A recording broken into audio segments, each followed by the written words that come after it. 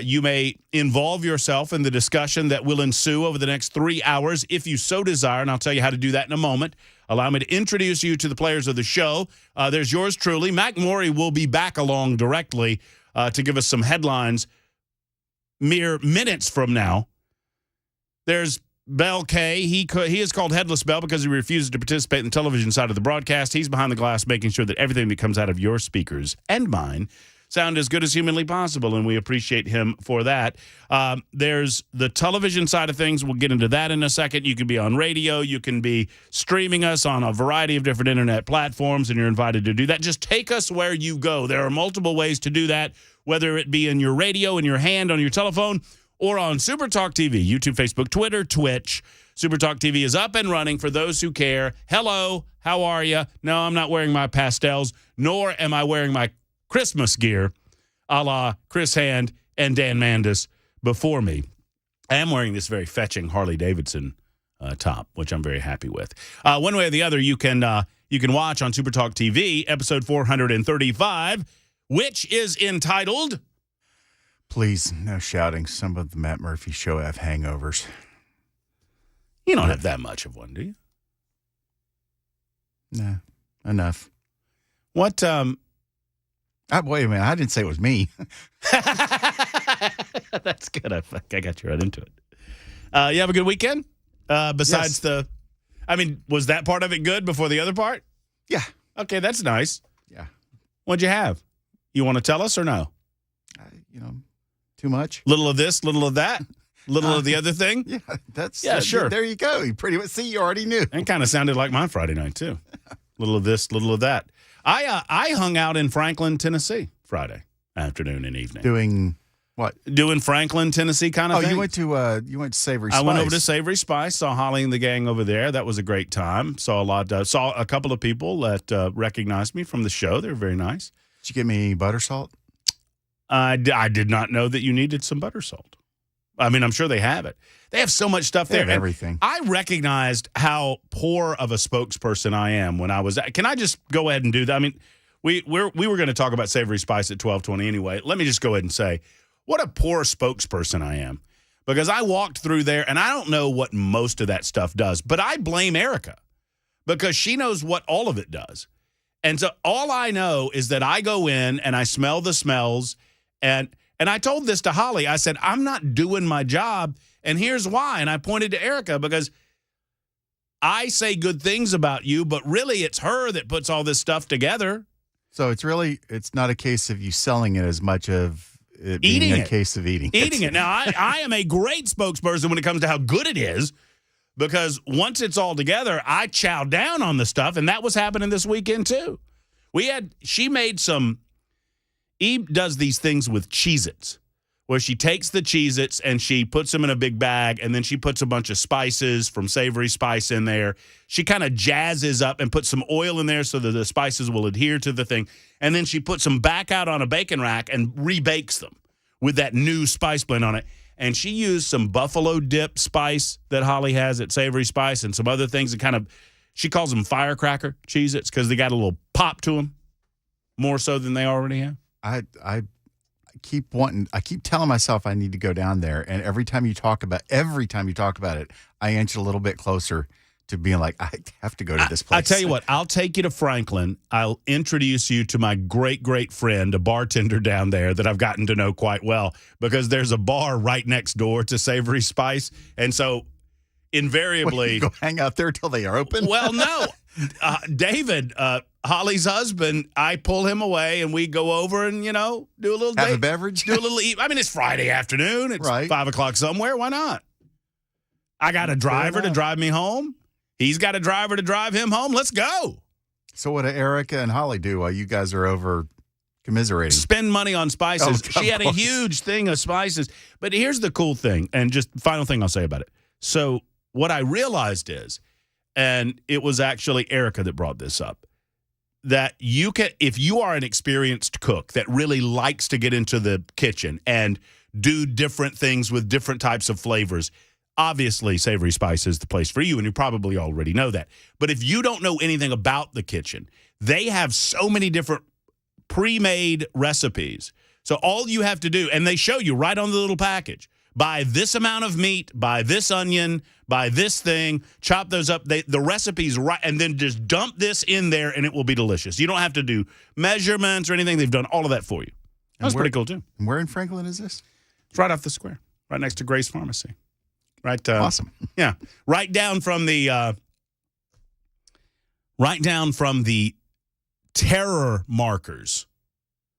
Have you not heard this? No, So what's this? I did a little recon in Franklin while I was down there visiting Holly and David at Savory Spice and eating some delicious Italian food at a restaurant that I would currently be giving a plug to if they advertised on Super Talk 99.7 WTN, but they don't, so I won't. But if you did, I would, and I love you. It was so good. My salmon was so dadgum delicious. You're right next to the used bookstore over there, and you know who you are. Anyway, so I'm walking around downtown Franklin, and I'm wondering where this hellscape that Gabrielle Hansen keeps talking about is. Because, there's a mayor's race going on in Franklin right now, and I don't know much about Ken Moore. I don't know much about this mayor's race. I don't.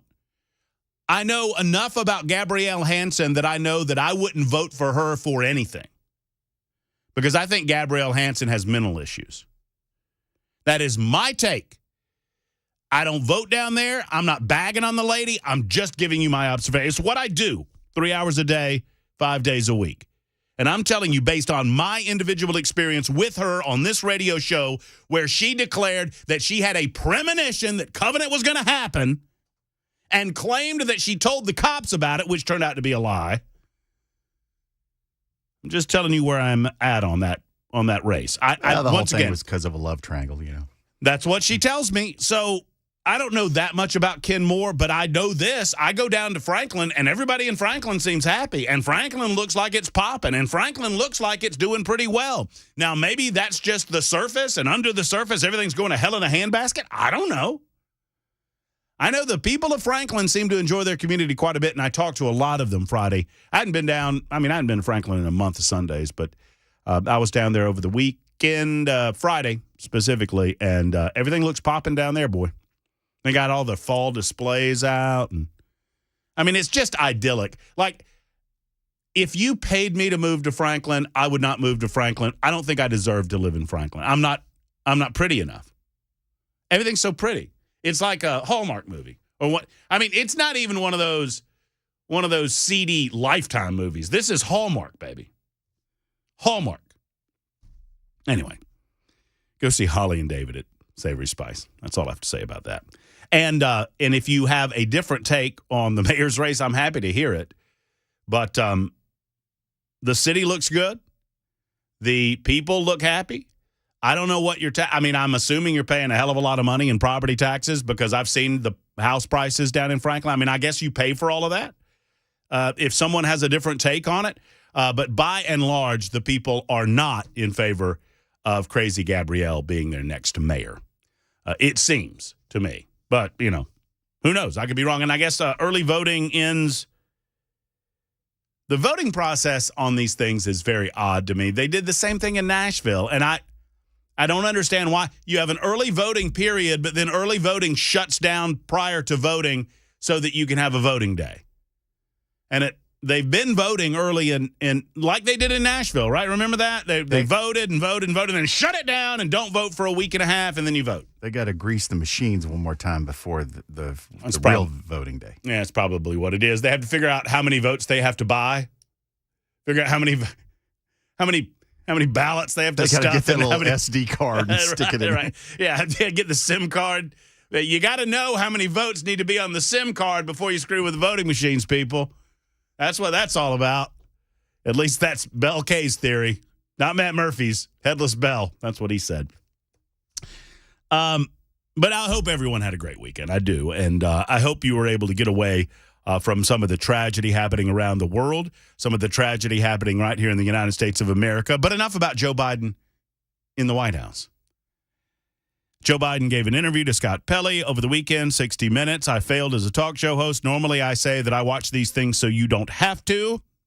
I couldn't do it. It's too sad to me.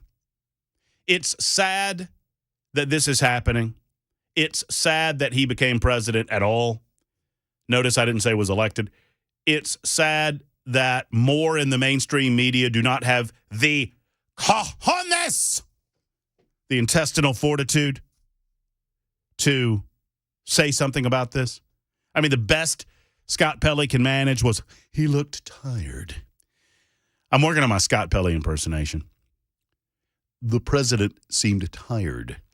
Tired? He's old and not with it. Just say it. Everybody knows it. Everybody knows it. Just say everybody knows it. Just say it. They won't say it. Nobody in this media, they're but you know what they are doing? And this lets me know that it's gotten really, really, really bad. Two things on the president of the United States. Without watching a moment, I've seen two clips. I've seen the tired, and I've seen one other clip of Biden working around his butt to get to his mouth with regard to some issue in the Middle East. The best, know this, and I've been saying it, you regulars, you P1s, you dedicated, what are we going to, Murphy Minions, you Murphy Minions out there, you Murphy Minions, you know this is true. I've been saying this for a long time. A reminder, the best that Joe Biden is going to be today is when he is on camera. And every staff member in the inner circle in the White House knows exactly when he's going to be on camera. They spent, I guarantee it, folks. The White House spent 3 days getting Joe Biden ready for that Scott Pelley interview. 3. 1, 2, 3. They see it on the calendar. They know they've got to arrange the day so that they can get ready for the day, because this is not just a 5-minute quick hit that he can dodder off the stage anytime he wants to. This is not a pre-made speech that he can ramble and barely deliver on a stage in Pennsylvania after tripping up the stairs. 5 steps, 2 trips. That's what he had. There were 5. We talked about this last week. He had 5 steps to manage. 1, 2, was that 1? Maybe 4. No, I think it's 5. 1, 2, 3, 4. 5 steps to the top of the stage, and he tripped on 2 of them. Give me a break. That's a good average, Joe. That's a 400% batting average. It's a 400 batting average if I'm thinking correctly. That's major leagues. No, you're in the Hall of Fame. You're in the tripping Hall of Fame, Joe. It's Joe Biden and Gerald Ford in the tripping Hall of Fame, Joe. You made it.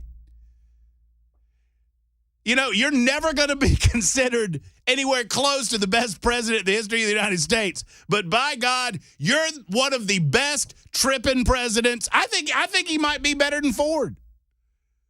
Now, I wasn't around back then, or at least I wasn't cognizant of what was going on. I was a wee lad. So some of you that were alive during the Ford administration, maybe you can help me out. But it's a neck-and-neck race. Now, for those in the know, I've been told that Grover Cleveland was something of a tripper himself, but that was back in the day. We didn't have cameras. We don't have a lot of documentation. Plus, Grover was fat and probably had bad knees. Grover was a big boy. He was not the biggest of the boys. Quick trivia, heaviest president in the history of the presidency is? William Buchanan? Oh, you almost said it. I think. It was not. It was not. I don't think we had a president named William Buchanan. I think we had a James Buchanan. Yeah, him too. Yeah. James was a slender fellow. He was. Also, we're told a little light in the loafers. But not that there's anything wrong with that necessarily. They called him Little Miss Nancy. If you want to know your presidential trivia, Taft is correct. If you want to, let me not allow me. James Buchanan was reportedly in a relationship with William Rufus King, who was, I think, you historians out there help me. I think King was a senator from Alabama, if I'm not mistaken. I think that's right. Anyway, yes, Taft was well in excess of 300 pounds. It's said that he got stuck in the White House bathtub once. William Howard Taft, also the only president of the United, I mean, while we're doing this, might as well do it. The only president of the United States of America to serve as a Chief Justice of the United States Supreme Court post-presidency. And William Howard Taft is said to be responsible for the seventh inning stretch in baseball. You know why? So fat. Too fat. Too fat for the seats. So it was customary. This is what we're told. I don't know if it's true or not, but we are told Taft went to a baseball game in Washington, D.C. back in the day when the Washington Senators were back there. And Taft was a big fella, and the seats were pretty teeny-tiny. And so he squoze his big old fanny into that seat when he got there. What was customary back in the day? When the president was on the premises, everybody stood up out of respect for the presidency. And so when the president got there, everybody stood up. Hey, the president's here, throwing out the first pitch or whatever. They used to do that from the stands, not from the field. And then Taft sat down to enjoy himself a ball game. By the seventh inning, William Howard Taft's his fat rolls were getting pretty sore, spilling out over the sides of that seat. And so he decided he needed to let the old jelly belly breathe a little bit. And he stood up the bottom of the seventh inning, or in the middle of the seventh inning.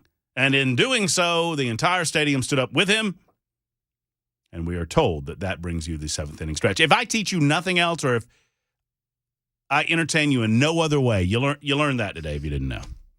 Hey, I've already gotten my money's worth from one segment. Thank you. And Joe Biden, the trippingest president in the history of the presidency. I mean, I think he's got Gerald Ford beat. But you got to laugh to keep from crying because we've got the world burning. You got two separate major strikes going on in the United States of America. Now, I'm not saying that these two that the union and the bosses' management can't figure these things out themselves. I'm not suggesting that the United States government should intervene unilaterally and make these decisions for these companies. But the fact of the matter is that this president has declared he's on one side of these issues, not on the other, which makes it more difficult to see a resolution on these issues. You got that going on. The economy's in the crapper. Our energy production in the crapper. And I don't care what they tell you about oil production. Our energy production is being hampered by this president, this administration, and this philosophy of America second. You got that going on. And then you've got the issue involving the Israelis and the Palestinians. I am fascinated at not the pro-Palestinian, but I don't know what that means, and I would love for someone to explain what the pro-Palestinian position is that doesn't involve violence. I'm just very curious. Because I hear a lot of people telling me, I'm not pro-Hamas, man. I'm pro-Palestinian. But, something had to happen and something had to break, and you can completely understand why they would want to kill people or something along those lines. I'd love to hear what because there's a growing, not just pro-Palestinian position in the United States of America. There is a growing pro-Hamas position. I'm going to give you some examples of that coming up. We'll break down what happened over the weekend and what didn't. It is 12:23, just getting underway on another edition of The Murphy Show. I'm excited to be here. Hope you are as well. It's Super Talk 99.7 WTN.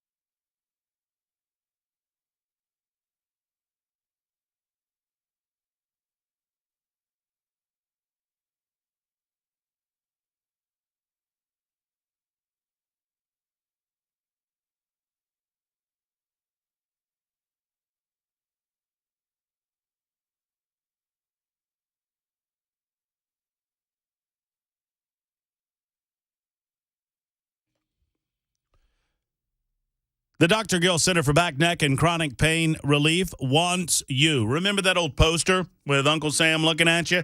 That's like Dr. Wendy or Dr. Dominic or Dr. V, maybe Dr. Gill himself, pointing at you saying, I want you to feel pain relief. And I want you to feel pain relief. And I know that you can by calling the Dr. Gill Center for Back, Neck, and Chronic Pain Relief in Franklin. They help neck pain, back pain, hip pain, elbow pain, knee pain, all pain on things that move in your body, right? It's not just structural pain either. You know, chiropractic care was typically looked at as skeletal in nature, but now they do so much more with their chiropractic care, including industry-leading equipment like their Class 5 laser system, their red light therapy, their spinal decompression, all designed to pinpoint inflammation in the body, reduce it, reduce swelling, and accelerate healing. That's what it is all about at the Dr. Gill Center. Give them a call today and schedule that appointment.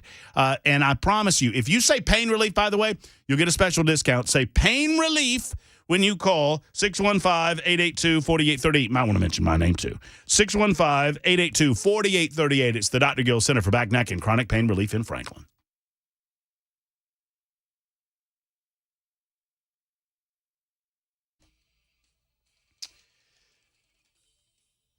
Super Talk 99.7 WTN. Your calls coming up, 615-737-9986. It's the Libertarian Lunch Hour on the Matt Murphy Show on Super Talk. You know what? I don't use the term rhino on my radio show, and I'm going to explain to you why. I try not to. I won't say I won't. But I try not to because I don't think it means anything. I think it's like a leftist calling a conservative a racist. It's just a pejorative used unilaterally to point the finger at somebody that you don't disagree with to try to shame them. But it doesn't really mean anything because, frankly, I think every elected Republican in Washington, D.C. is a rhino. Every one of them. Come at me, bro. Tell me I'm wrong. Every one of them. By my definition of Republican. Republican used to mean conservative, and conservative used to mean, so maybe I'll give you Rand Paul. Maybe. It's about it. Anyway, give us a shot at those and other matters. 615-737-9986. I don't know if the phones have been completely repaired. I think we're having phone issues. If that's the case, hit us up on the super text line, 615-737-9986. We've had a gremlin in the phone system for about 4 or 5 days, and I know engineering is trying to track it down. So if you call and you don't hear anything, or if you call and you hear Bell cursing on the other end of the line, he's not cursing at you. He's cursing at the situation. So we'll try to get that interactive component of the radio show back up and running ASAP. And I know that, trust me, engineering, our Crackerjack engineering staff, Mikey and the rest of the team, they are working diligently to help. Yeah, I mean, I'll give you, Alex says definitely Rand Paul. Rand Paul is a classic conservative, or at least the conservative by definition that I grew up with. I don't think there are many others in Washington, D.C. That's the point that I make. But I'll get to that in just a moment. I'll get to that coming up after our conversation about Israel. And we'll do that in just a moment. By the way, Congressman Tim Burchett, he's one of the good guys. Once again, I don't use the term rhino because, one, I've never claimed to be a conservative or a Republican, certainly. I am oftentimes described as a conservative when being introduced at speaking engagements or whatever, and that's fine. I've stopped correcting people. I am a libertarian with a small L. I belong to Club Me. I don't belong to any club that would have me as a member, so I typically don't associate with groups and organizations. At the same time, I consider myself a libertarian, meaning I believe that government serves best that serves least, that there are very few instances in which government involvement does not make a situation worse than it already was. And we rely far too heavily on spending other people's money to solve our problems. We shouldn't be spending other people's money at the point of a gun to solve our problems. That's just a broad perspective on where I am on all of this, why I don't use the term rhino. More on that coming up. More on the Israeli-Palestinian situation coming up. Why do other Arab nations not want the Palestinian people? And I'm going to explain to you why I don't buy into this narrative that all the Palestinians are innocent. I understand that they are human beings, and I understand that in many ways they've been brainwashed, and I understand in many ways some of them perhaps do want to get out of what, if it has not already, will soon become a hellscape. But this narrative that all the Palestinians are good and all the Palestinians want peace, then why do they elect Hamas? They elected Hamas. More on that coming up in just a few as we get underway on a Monday edition. It's 12:32 on Super Talk.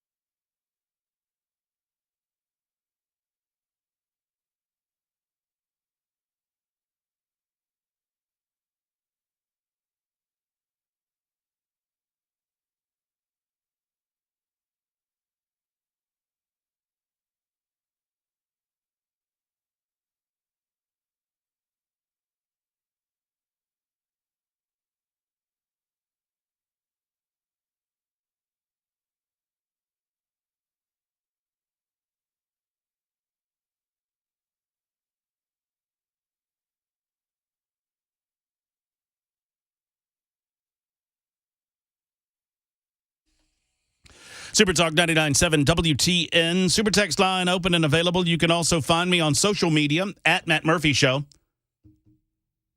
Hey, wouldn't it be great in the month of October if I got to 13,000 followers? I mean, I can't believe that I'm that low anyway. I'm so snarky and well stated on social media. I do cuss a lot.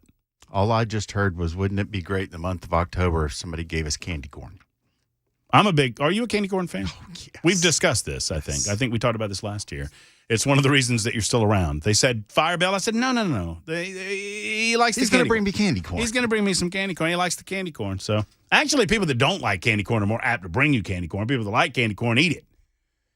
I've never understood that one thing, it's a mantra of mine, is I do not make a matter of taste a matter of fact. Or at least I try not to. Sometimes I'm guilty of it. Like, Belle says, love candy corn. And I say, trash. Like, no, candy corn's awful. And Belle says, no, I like candy. No, candy corn's awful. Well, I'm making a matter of taste a matter of fact. It's awful for me, but maybe not so much for him. So I try not to do that. But I've never understood the hatred of candy corn. I understand not liking it. I mean, it's sugar. It's just sugar. Yeah, literally. It's literally formed sugar with some dye in it. Right. It's a dyed sugar thing that looks vaguely like a kernel of corn. The biggest difference between that and a sugar cube is the shape. Yes. Mm-hmm. All right. Put a couple of drops of orange dye on a sugar cube, pop it in your mouth. Yum. And maybe a nice wax coating to go over it. Yummy. But I love it. I love it. Got to keep it out of the house. I love it so much. But one of these days before Halloween, we'll go over the and I am certain that, Friday Mac Attack is now all about the draft. It's all about the three of us drafting our favorites in any given category, and Mac comes up with the categories, and surely that will be a category selection prior to Halloween. That was our very first one. Did we do Halloween candy? Yeah. What? Yeah, no, that was I don't remember the very that. first one we did. I don't remember doing candy. That. No. Yes. No, Halloween candy and candy is different. What? It is. I don't remember doing that.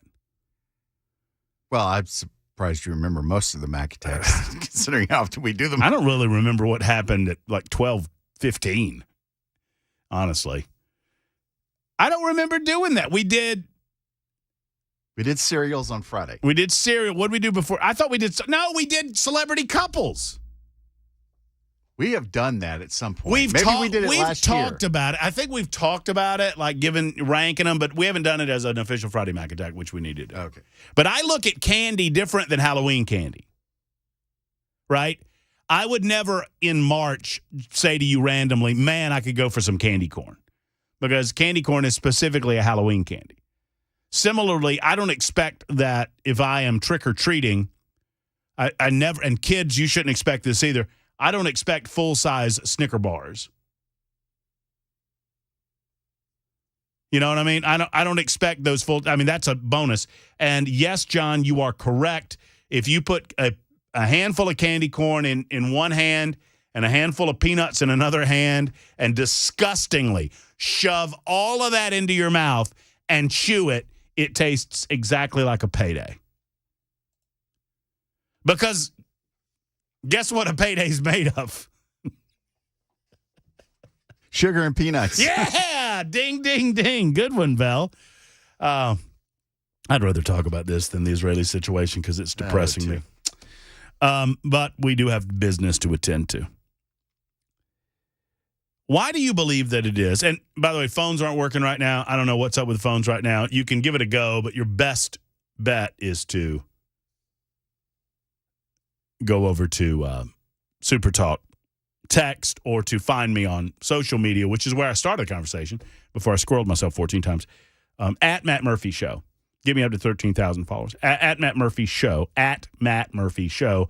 That is on Twitter. I'm also on social media on Truth Social, although I don't go over there very much. I'm also on Instagram, although I don't go over there very much. I'm also on Facebook, but that's kind of more of a personal thing. But, well, I'm on all of them. Anyway, yes, I just said sugar cube as opposed to sugar cube. Thank you. 39.49. That is I'm going to stand by that. That's how I've always pronounced it, according to me. Bill says candy corn is awesome. Lewis Black says, 1992 says Lewis Black is coming to Birmingham. Lewis Black, wait for this. You'll like it. Lewis Black yells too much for me. You know it's excessive then.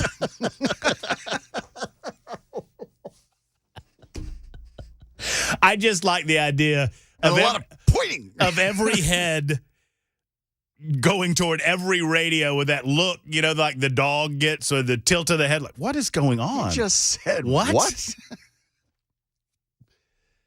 Speaking of people in town, guess who's in town today? I'm a little surprised that not has been made more of this. We had Trump that came into town recently. He was at a fundraiser downtown. We heard all about that. A major presidential candidate is in town today, and nobody's talking about it. Vivek? Nope. Guess number Kennedy. 2. Robert F. Kennedy. Is he really? Yeah. He's in town at a downtown fundraiser, and I reached out to his folks. I found out about this Saturday night. I reached out to his folks and did not hear back from. No, wait. Let me tell you exactly when I found out about it. That's okay, man. He doesn't need the publicity. Between the Democratic Party nomination and his family name, he's got it wrapped up. No, it was yesterday. Yeah, well, all I need is 6%, man. All you and I need out of Robert F. Kennedy Jr. is 6%. We get 6% and America survives. We don't get 6% and America might go down in flames. Yeah, Robert F. Kennedy Jr. for president, 2024, Tennessee, paid for by Team Kennedy. This was sent to me by a redheaded stranger.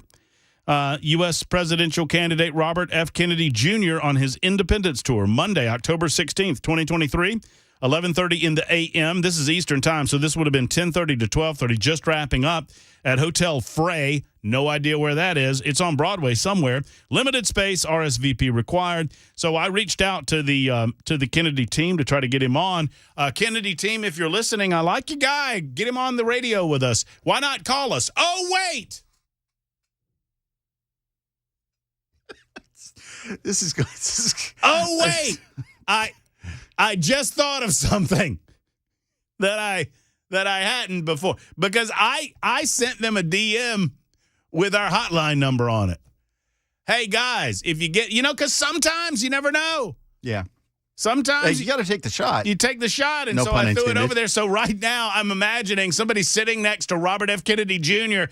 just dialing the number. This what did you say it's saying to you right now? Line in use somewhere else. This line is in use somewhere else. This line is reserved exclusively for Republicans or those that believe that COVID wasn't made in a lab. Did you actually say Willie Nelson is supporting him?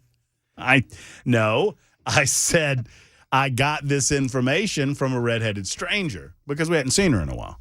Oh, okay. Gotcha. Not that redheaded stranger. He's kind of the gray-headed stranger nowadays, the other redheaded stranger. Let's see. Somebody says something was... 1860 said, I just went to see RFK Jr. yesterday in Asheville, North Carolina. It was very interesting. Let me know all about it. Give me a call. Oh, wait. No. Super text me and let me know how it went for you. Look, spotted 1 minute ago on Broadway. I've got somebody that has texted me in. 2791 texted me his big bus was right there on Broadway. I guarantee you they're listening to the show right now, hitting that hotline number, wanting to talk to Murph. I would have, but for our phone issues, I'm going to go ahead and say, I would have Robert F. Kennedy Jr. on my hotline right now, were it not for our phone situation. Sad, but true. Maybe we can get his bus to pull into our parking lot and do an in-studio. That'd be nice. Anyway, he's in town. And sincerely, I'm very excited about what he's trying to accomplish, because those that claim that they believe in the democracy that they tout so often, I'm talking about Democrats, I'm talking about Joe Biden, I'm talking about those in the mainstream media, I'm talking about those scumbags at the New York Times and the Washington Post that claims that democracy dies in darkness. You have ignored Robert F. Kennedy as a viable and legitimate candidate for president of the United States of America too long. Now, this guy's not going to get my vote. He believes in too much Democrat garbage.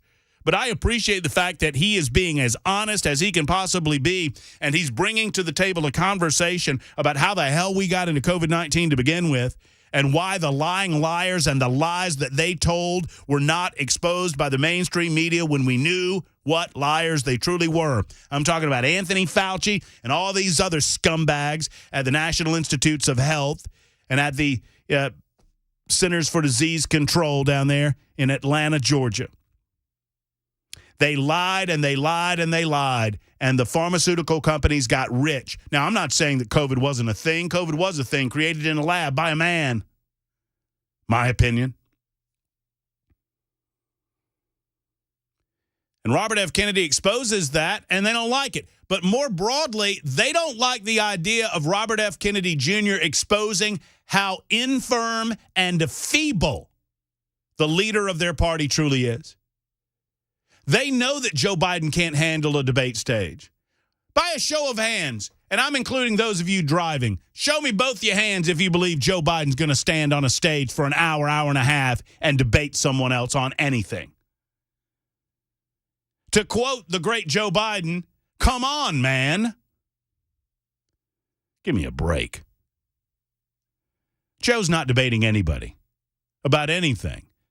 And Robert F. Kennedy Jr. had a name ID that was good enough and strong enough, and had a message that resonated with enough of the American people. Frankly, I think Robert F. Kennedy Jr. might take a few votes away from Trump. Not nearly as many as he'll take away from Biden, because there are a lot of Democrats in this country that are smarter than the garbage that we've been fed about COVID. A lot of them. And they're looking for a place to land. In the meantime, forget whether you vote for Kennedy or not. The manner in which his political party refused to allow him to have a seat at the table is disgusting, and it's anti-democratic, and I use their phraseology intentionally. It's gross. And his own family comes out and repudiates him for it. Did you see the press release? I did. Why would you do that? Caroline and some of these others. I did. Because they're a part of Team Democrat. And they cannot agree with their uncle or their, whatever the relationship might be to the cat. But the idea that just because Joe Biden's the incumbent, that there are not serious and legitimate reasons why he should be primaried by his own party is ridiculous. And they just shut the guy out. You talk about shutting somebody out of the democratic process. They won't let him be on the ballot. So he had to move as an independent. He's running now, for those who don't know, as an independent candidate for president. And I hope he gets in every state. I hope he gets on the ballot in every state. And I would be happy to listen to his message. Because here's the thing about me and about these people that come on this radio show. You don't have to agree with me. I'm not one of these hosts, and I'm not saying that we have any of them around here, certainly not on Super Talk, but I'm not one of these hosts that you have to agree with me 100% of the time. Otherwise, all I want you to be is honest with me, with yourself, and more importantly, with the people that you're speaking to. And if you honestly believe something, I might vehemently disagree with you on that. But if you are honest, you can defend it. If you're honest, you're willing to do so. You're willing to come into an arena where you know that people will disagree with you. Hell, one of the reasons that I gave Freddie O'Connell something of a pass is because at least he was willing to come on this radio show. That's more than I can say for the rest of the leftists who were in the race outside of Heidi Campbell. Jeff Yarborough was so scared his tail was between his legs.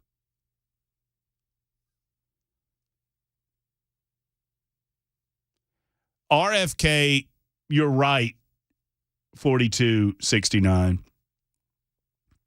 4269 on the super text line says, Matt, if it were not for that voice, RFK would overwhelmingly win. Americans are entirely too superficial. I'm not sure that I could listen to it for the next 4 years either. I realize how messed up that is, but that's the reality. I think it hurts him. Don't you? If he had that Kennedy, that Massachusetts, I don't know what it is. It almost comes off as a Southern drawl. We do these things not because they're easy, but because they are hard. You know, that kind of thing. But no, he's got the thing. I don't know what it is. He says it doesn't hurt, but I do think it hurts him. 1251, Super Talk 99.7, WTN, back in a jiff.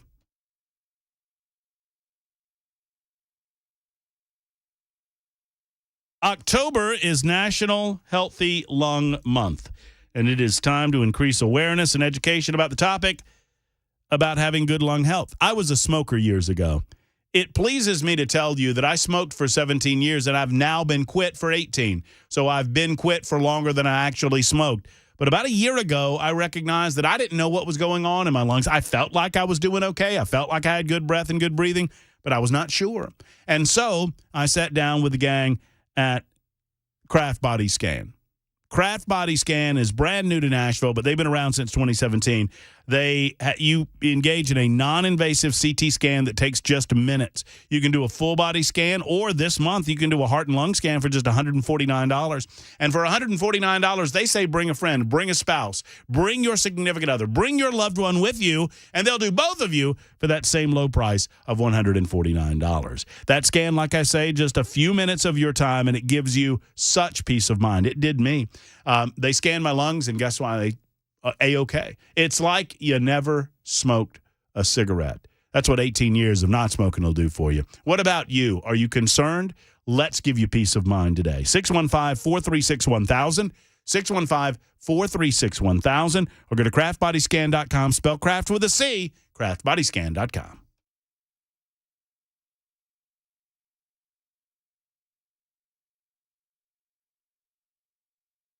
I wanted to touch on the history of Tethered and kind of how it came about. There was a handful of us that were already using similar equipment. At the time, however, you couldn't just go to the store and buy saddle equipment. It just didn't exist. And selfishly, we just were making gear that nobody else would make for us and that we wanted ourselves.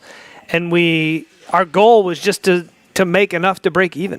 Fortunately for everybody involved, it took off. It's got an appeal. People really liked it. When you think of a saddle, that's what I think of. That's the first name that I think of when I hear about a saddle. For me, the reason I got into it was I'm hunting public land, and most of the time I'm going pretty deep. Being lightweight and mobile was huge. I walk in with a pack and my bow. That's it. The more I did it, I was like, man, there's so many features here that are helping me improve as a hunter, where I can take different shot angles and stuff. And I'm going to tell you, I feel safe with this rope all the time. Yeah. From the ground up, I'm hooked in. If I fall off this thing, I'm just going to swing a little bit. And I think the learning curve is small. It's just about getting comfortable with your equipment. It's the biggest thing. And for me, it's repetition and then fine-tuning that to meet my needs. And that's the cool thing. What I like and what might meet my needs might be a little different from you. And even though we're doing the same thing, you can tweak it to meet your needs. And I really like that aspect about it. But we've done a really good job of just innovating and creating products that don't exist. You're seeing the growth of the sport. You're seeing the innovation. And you're seeing all of these cool things that we make, and it's because we actually use it.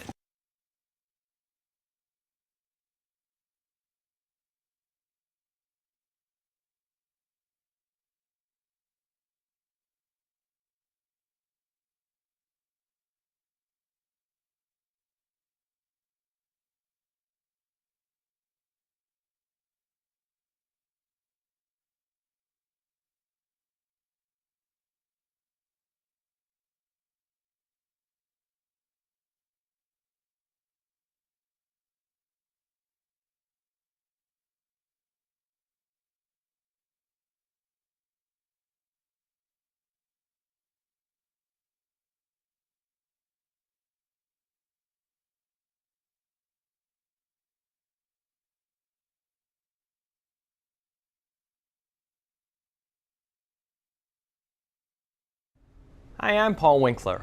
I recently did a workshop talking about some of the missteps of the investing industry, some of the biggest mutual fund companies out there. You probably recognize these names: Fidelity, Vanguard, Raymond James, Edward Jones, actually using data and information from their own websites as I walk through this. Now, one of the things I was talking about is diversification and how investors could be in for a rude awakening at the amount of risk that they actually have in their portfolios, and they don't even realize it. Now, the example I like to use to help people understand why why do these huge companies do this? I mean, these are big companies. And you go, well, why? Well, think about the diet industry. In the diet industry, you had things like this: fat-free this, fat-free that, fat-free that. And what happened is they did a study. They were looking at diabetes in children. And what they found was that when they went fat-free, they actually ended up with more diabetes rather than less, because what they substituted for fat was sugar. Now, what happens in the mutual fund industry, they tend to keep costs low by investing in very narrow areas of the market that are inexpensive to manage. So what happens is the investor ends up with more risk than they think that they've got. Now, why do they do that? Because you are actually attracted by low costs. Now, it doesn't mean that you can't use these big mutual fund companies. It just means that you have to be eyes wide open. As an investment firm, we help people sidestep these things because sometimes you have no choice. You have a 401k, you're dealing with these fund companies, and you can't go anywhere else. So what we do is we help you go around these landmines. To set up an initial 15-minute phone call, go to our website, paulwinkler.com, or you can just scan the QR code right here. We look forward to talking with you.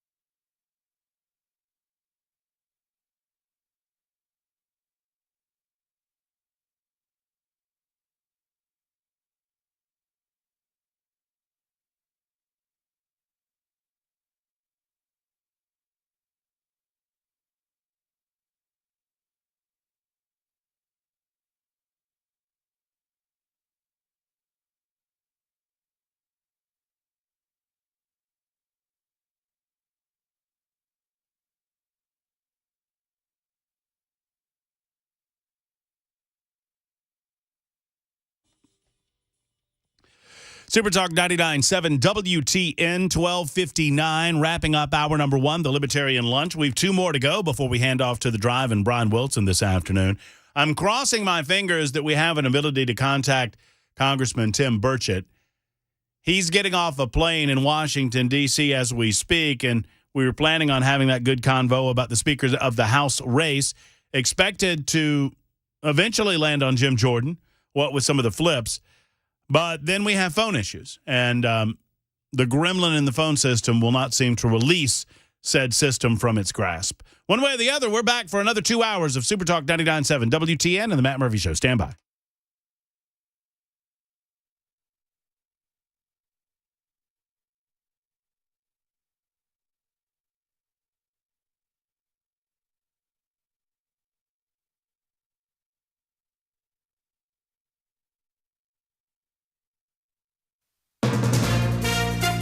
From ABC News, I'm Daria Albinger. The U.S. is doing what it can to keep any other potential actors from entering into the conflict between Israel and Hamas. National Security Council spokesman John Kirby. If another actor, be it a terrorist group or a nation state, is thinking about jumping in here and making a second or third front for Israel, our advice to them is not to do it. A second aircraft carrier has been sent to the eastern Mediterranean. The White House keeping tabs as Israel amasses troops at its southern border ahead of what it says will be a major assault on Hamas targets in Gaza. President Biden and Vice President Harris were briefed by senior national security officials Monday morning on the latest developments in the Israel-Hamas war. The White House says the briefing was led by National Security advisor Jake Sullivan, Director of National Intelligence Avril Haines, and the Director of the CIA, Bill Burns. President Biden postponed a trip to Colorado today where he was scheduled to talk about wind energy in order to stay at the White House for national security briefings. Karen Travers, ABC News, Washington. Another gag order for former President Trump. This one comes from the judge who is overseeing the federal election interference case. Pushing back against a forceful argument from Trump attorney John Lauro, who said it would be impossible to restrain the speech of a presidential candidate. Judge Tanya Chutkin said as a defendant, Donald Trump doesn't have unfettered First Amendment rights. She said no other criminal defendant would be allowed to conduct a smear campaign ahead of a trial. The judge pointed to Trump's statements about special counsel Jack Smith, calling him deranged and a thug, and one post targeting the judge herself just last night. ABC's Stephen Portnoy at D.C. Federal Court. The White House has reached a proposed settlement with the ACLU, which would provide benefits for the thousands of migrant families who were separated under the Trump administration's zero-tolerance policy to deter southern border crossings. It calls for new standards to limit migrant family separations in the future. A federal judge will have the final say. You're listening to ABC News.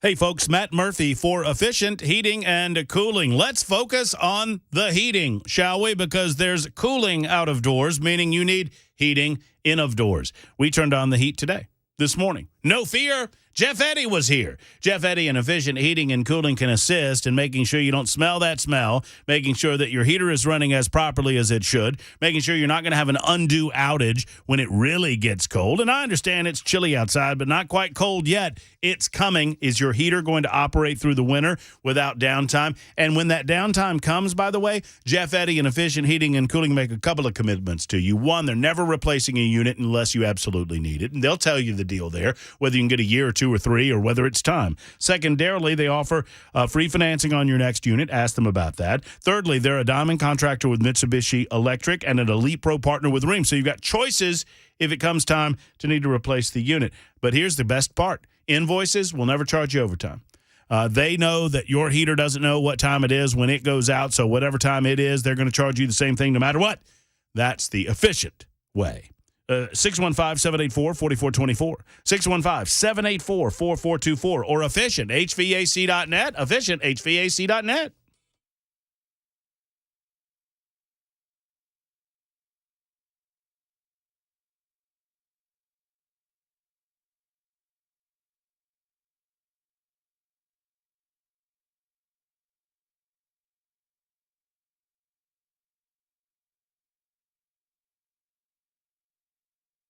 Here we are. Here we go. Hour number 2 of the Matt Murphy Radio Show on Super Talk 99.7 WTN. Thank you for being with us. Whatever time you give us, we're appreciative. We've got 3 full hours, 180 minutes, and we're in the midst of hour number 2 as we speak. It's 1:05 and a good afternoon. I would give you the telephone numbers, but the telephone's currently unoperational, which means that the likelihood of our conversation with Congressman Tim Burchett lies on his ability to get on an aircraft and get down here to Nashville before we go off the air at 3 o'clock, I think. That sounds about right. So we will potentially reschedule, reshape that interview in some form or fashion as we can. Secondarily, your ability to call the program is limited as well, or frankly, non-existent on the calling side, but you still can communicate, maybe give you a chance for those of you who are intrigued by yours truly. And why wouldn't you be, honestly? But for those of you who are thinking, man, what's that Murphy like over there on that social media? I haven't been on X. I haven't been on Twitter. That's me. Hello. Hi. Here I am, smiling as always, waiting for your tweet, waiting for your X post. Just come on over. I'm friendly compared to Bell K, honestly. I've never been suspended. How many times have you been suspended? Oh, God. You know what? Too many to be able to remember. Over 10.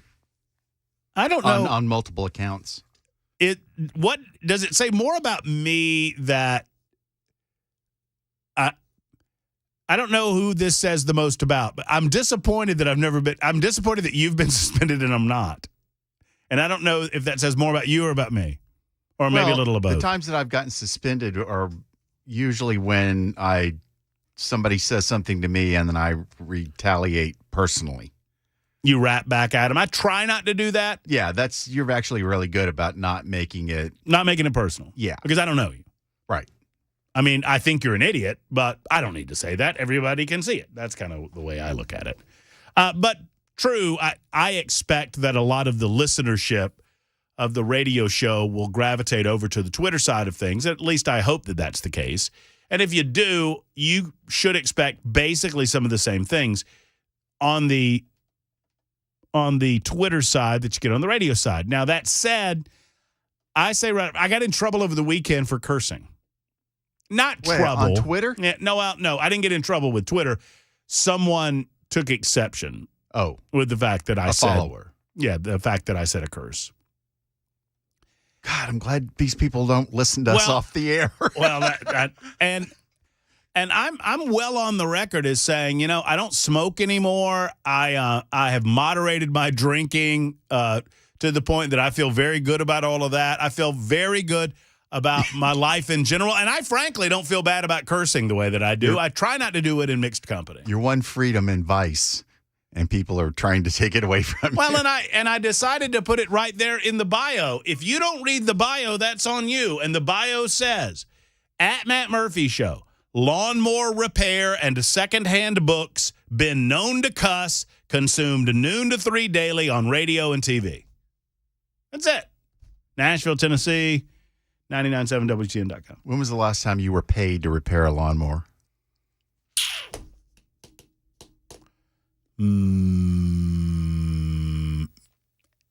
16. That's disingenuous. Get it out of your bio. I don't say that I get paid. I say that I repair It's implied. Lawnmower repair and secondhand books. That's what I'm into. I can fix your Craftsman. I promise you that. You bring me a Briggs & Stratton, and I'll get you at least a Stratton back. Why? I don't understand why this still makes me laugh. It's been 2 years, and I'm still laughing. I love repairing. It gives me great joy to go out and mow the yard. And my grandpa used to say mow the lawn was French for cut the grass. That always makes me laugh, and I don't know why. Why don't you go out there and mow the lawn? That's French for cut the grass. He thought it was the funniest thing. But anyway, I got in trouble over the weekend because I threw an F-bomb down on one of my tweets. And I stand by that F-bomb, by the way. By the way, some people don't understand satire on social media like this. This is delicious satire from a guy that describes himself as the gay Republican.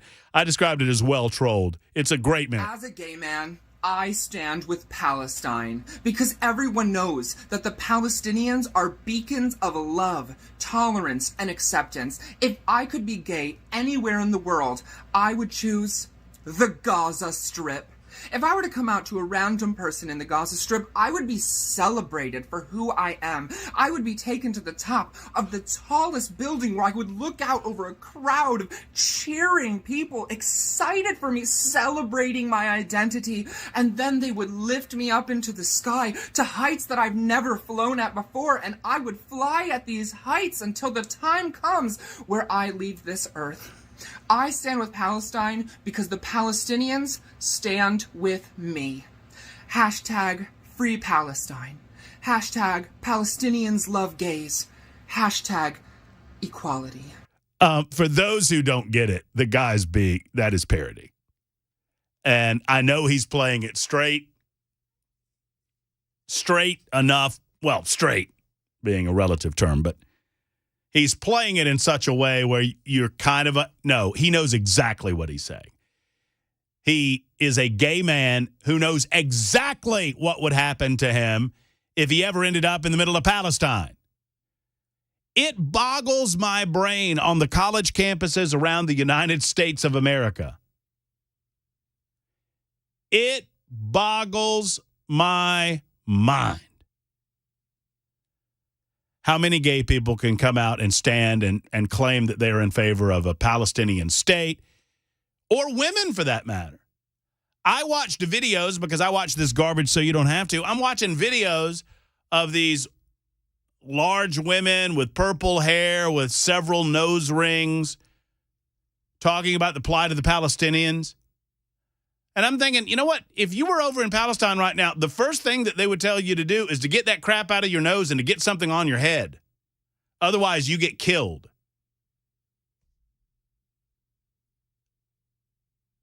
Unbelievable.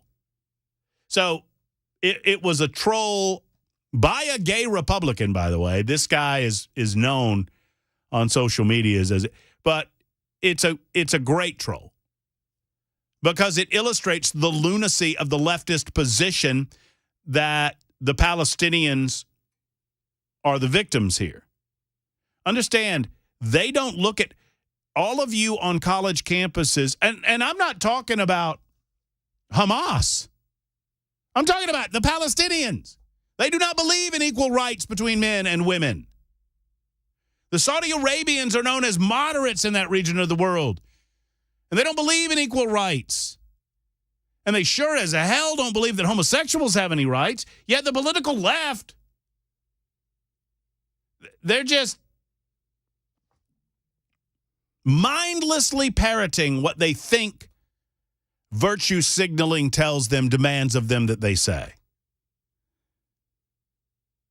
Other Arab nation, and I'm not, and I know that it sounds like I'm coming down on Palestinians broadly, but ask yourself this question. We're debating whether or not to allow Palestinian refugees in the United States of America. Why do they need to come to the United States of America? Why can't Palestinian refugees go to Egypt or to Jordan or to Syria or to Saudi Arabia or to Lebanon? All of these, except for Saudi Arabia, border countries. Why do they have to come here? Why is it that Egypt refuses to open the gate and allow Palestinians to come into their country? Maybe, just maybe, and I'm just throwing it out there, I don't know, maybe, just maybe, they are not the pure and innocent, virtuous population that the political left wants you to believe. Hamas is very much a terrorist organization. But Hamas is not just a terrorist organization. They were elected into political power in Gaza in 2006. In the West Bank, the PLO sitting over there going, we're not enough for you folks? The organization run by Yasser Arafat for years is not extreme enough for Gaza. And so they split from a political standpoint. I don't pretend to be an expert, but I've done some basic historical research as to what has happened over there over the last 25 to 30 years. The Palestinian people, while there may be some that are looking for refuge,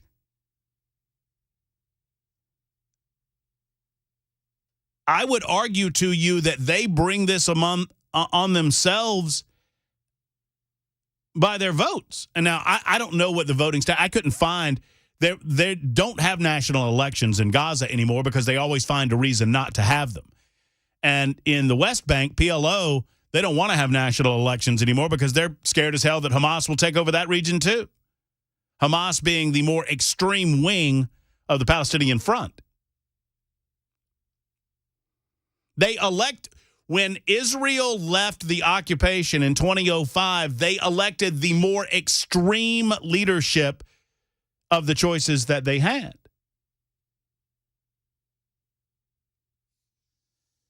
So here's where I'm left with. Either, so you're presenting almost a duplicitous type of argument, where you argue that the Palestinians don't want war, the Palestinians don't want violence, the Palestinians are simply left unable to do anything about any of this,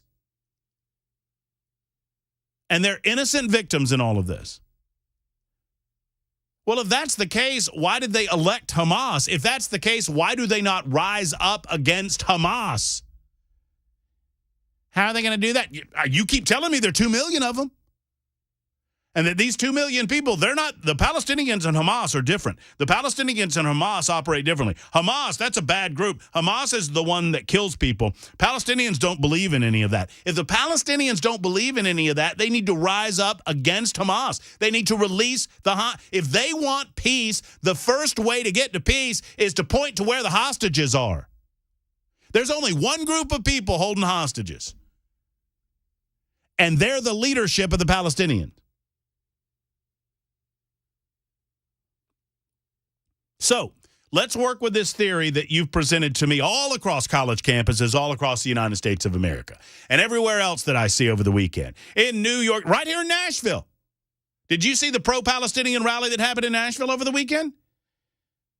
Well, either one of two things. Either I demand that the Palestinian people renounce their leadership and demand new leadership, or would you not consider... If you are so against Hamas, if you're so against the death of innocent people, if you're so against the tactics of the terrorist left over there, then why do you not look at Israelis coming in as a liberation? As a liberation.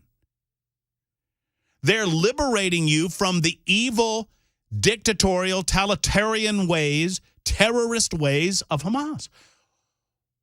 Or maybe you just like to throw a rock and hide your hand. Maybe most of the Palestinians actually like what's going on in Israel. Or they're willing to accept what's going on in Israel if it means they drive the Israelis from the river to the sea, which is their chant, which is their battle cry. So I don't understand how you get it both ways. Where you tell me Hamas and Palestine, those are two different things. Yet Palestine elected Hamas. Yet I don't hear Palestinian people standing up and saying no to Hamas. Oh, no, far from it. They like to talk about the 75-year occupation and the fact that their lands have been seized and they've been terrorized and they're in an open-air prison. If you believe you're in an open-air prison, Israel is coming to liberate you from that open-air prison. Where will you go? I would expect that being Palestinians, that you would be welcomed in other areas of that region. Like Egypt. Nope, Egypt doesn't want you. Why is that? Why do you think that is? That the Egyptians want nothing to do with the Palestinian people. The Egyptians refuse to open that gate. Why is that? If the Egyptians refuse to open the gate, if the Egyptians refuse to accept the Palestinian people, why in the hell would the United States of America agree to accept the Palestinian people? Should we not talk to the Egyptians first? Hey, what concerns do you have allowing them into parts of your country that are open and widely unoccupied? Would it not make more sense? Hell, I could even see the United States of America giving a little money to this cause. Would it not make more sense to open the gate on the southern border of Gaza to allow them into that region of Egypt that is largely unoccupied? And we'll help you build. We'll help you build some encampments. We will temporarily settle you there until we eradicate the world of this evil that we all agree, because all of us agree, right? Palestinians, Egyptians, Americans, we all agree that Hamas is evil, don't we? Don't we? Don't we? I am not buying this narrative. And anytime you pin down someone who's in favor of what's happening over there, when you try to have a discussion with someone, they say, whoa, whoa, whoa, I'm talking about the plight of the Palestinian. Well, let's talk about the plight of the Palestinian. Let's talk about why they elected Hamas in 2006. Let's talk about why they haven't risen up and demanded different government in their midst. Let's talk about what that has wrought on them. Let's talk about which group of people bend over backwards not to kill innocents and which group of people hide behind innocent people and use them as human shields.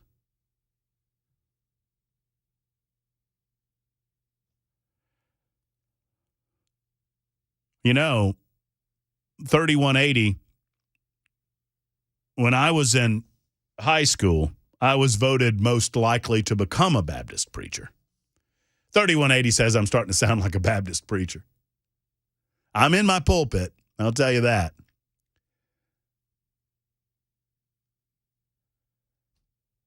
1325 asks a good question, and I'm going to answer it on the other side. Is Israel waiting too long to begin the ground phase of this? By the way, I support Israel. I do not support American military involvement. I do not support the continued sending of money to the state of Israel without a direct reason why they need additional money or armaments. I don't agree that we have to support them in that way. I do believe that we can support them in other ways by standing firm in our resolve that Israel gets to do the job that Israel needs to do to eliminate Hamas from the face of the earth. When it comes to Hamas, I am in favor of killing them all and allowing Allah to sort them out. It's the Matt Murphy Show on Super Talk.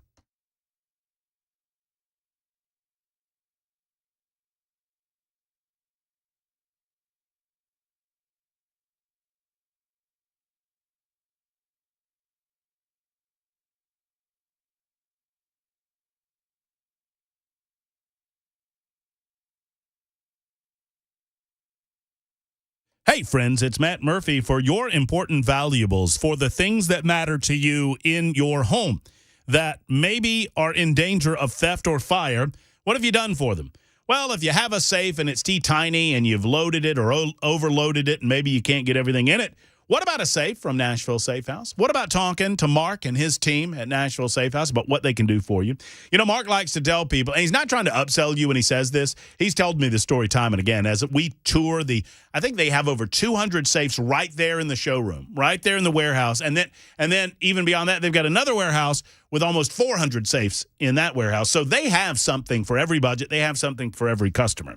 But Mark tells me, you know, when I bring people in and they're trying to figure it out and we talk about what they have and do you have valuables, do you have jewelry, do you have guns, I try to upsell them. I try to tell them to get a bigger safe than they think they need. And it's not me trying to sell them a more expensive safe. It's me simply trying to sell them a safe that they're not going to have to turn in 2 years because they don't have enough room. That's what it's all about. Mark is learned in this process. He's had over 30 years experience. Go by and see them at Nashville Safe House. NashvilleSafeHouse.com. That's NashvilleSafeHouse.com. Or 4th Avenue South in Nashville across from City Cemetery. Tell them Matt Murphy sent you to Nashville Safe House.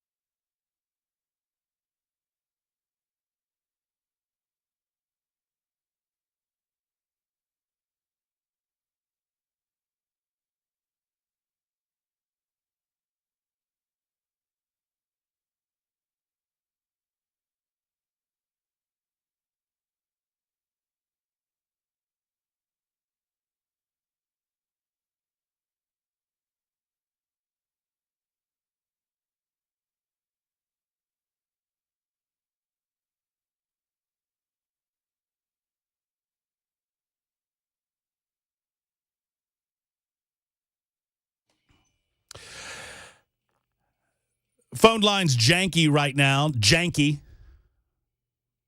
Best I can say for them. Technical term. Mm-hmm. It's an industry term. Yeah. But Headless Bell's mic's working, my mic's working, and the super text line is working as well. Please get your questions, thoughts, comments in via the super text line, and I'll dedicate some time to those. I give you my look. I know that my take is strong.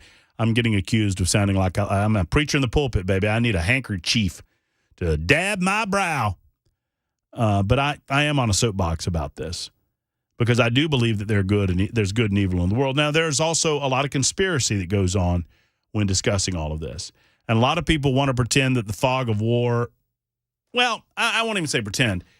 What happens in the modern time is that sometimes when we get erroneous information within the fog of war, that is used to excuse evil acts or to create conspiracy theories. For example,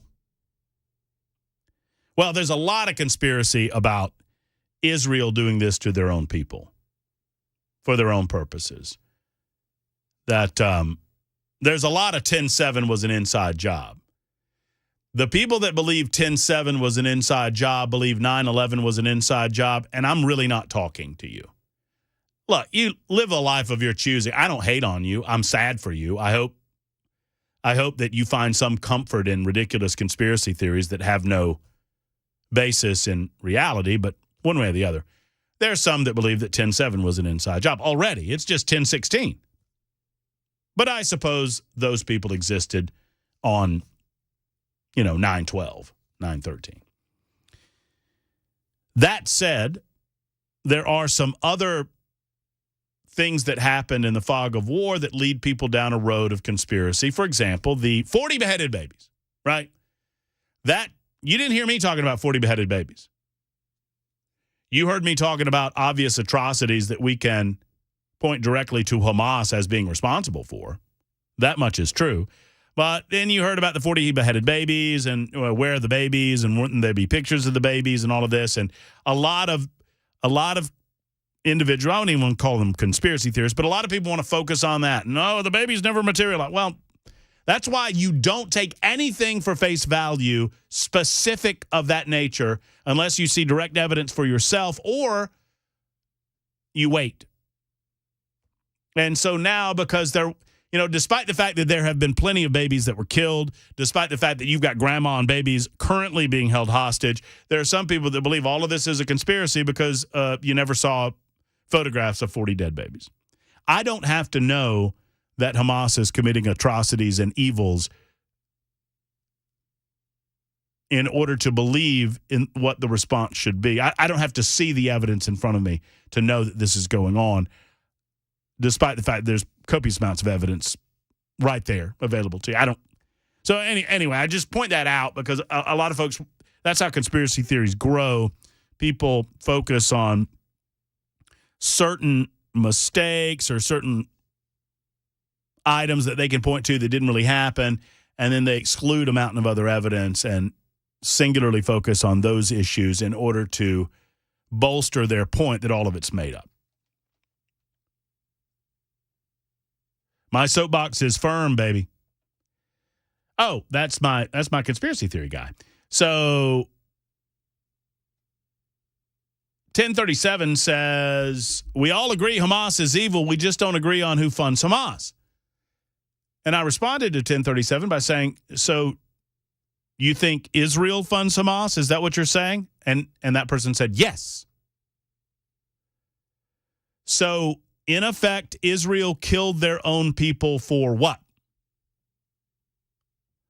And 1037 says, a land grab. So Israel had to kill 1,200 of its own people to take Gaza? Israel left Gaza in 2005, bud. They were the military controlling interest of that region in 2005. Why would they leave just to wait 18 years to go back and let their own people die? That doesn't make any sense. But you do you, 1037. Thanks, buddy. You do you. Yeah, 1037 is an idiot, and he's long been an idiot. I get that. But you know what? Teach their own. I mean, Enjoy your conspiracy theories. I hope it makes you sleep better at night, and I hope it makes you more stable in normal society.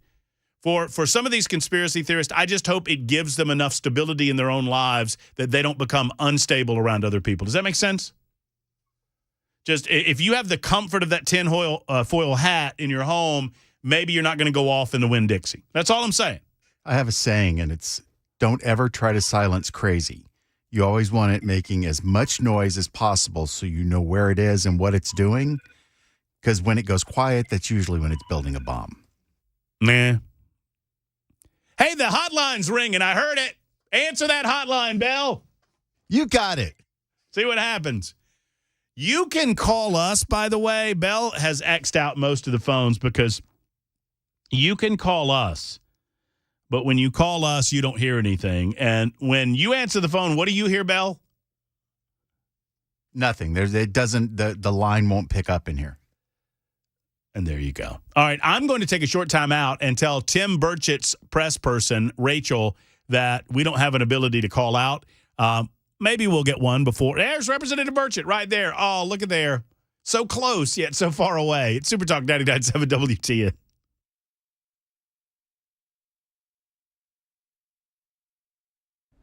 Hi, I'm Paul Winkler. I recently did a workshop talking about some of the missteps of the investing industry, some of the biggest mutual fund companies out there. You probably recognize these names: Fidelity, Vanguard, Raymond James, Edward Jones, actually using data and information from their own websites as I walk through this. Now, one of the things I was talking about is diversification and how investors could be in for a rude awakening at the amount of risk that they actually have in their portfolios, and they don't even realize it. Now, the example I like to use to help people understand why why do these huge companies do this? I mean, these are big companies. And you go, well, why? Well, think about the diet industry. In the diet industry, you had things like this: fat-free this, fat-free that, fat-free that. And what happened is they did a study. They were looking at diabetes in children. And what they found was that when they went fat-free, they actually ended up with more diabetes rather than less, because what they substituted for fat was sugar. Now, what happens in the mutual fund industry, they tend to keep costs low by investing in very narrow areas of the market that are inexpensive to manage. So what happens is the investor ends up with more risk than they think that they've got. Now, why do they do that? Because you are actually attracted by low costs. Now, it doesn't mean that you can't use these big mutual fund companies. It just means that you have to be eyes wide open. As an investment firm, we help people sidestep these things because sometimes you have no choice. You have a 401k, you're dealing with these fund companies, and you can't go anywhere else. So what we do is we help you go around these landmines. To set up an initial 15-minute phone call, go to our website, paulwinkler.com, or you can just scan the QR code right here. We look forward to talking with you.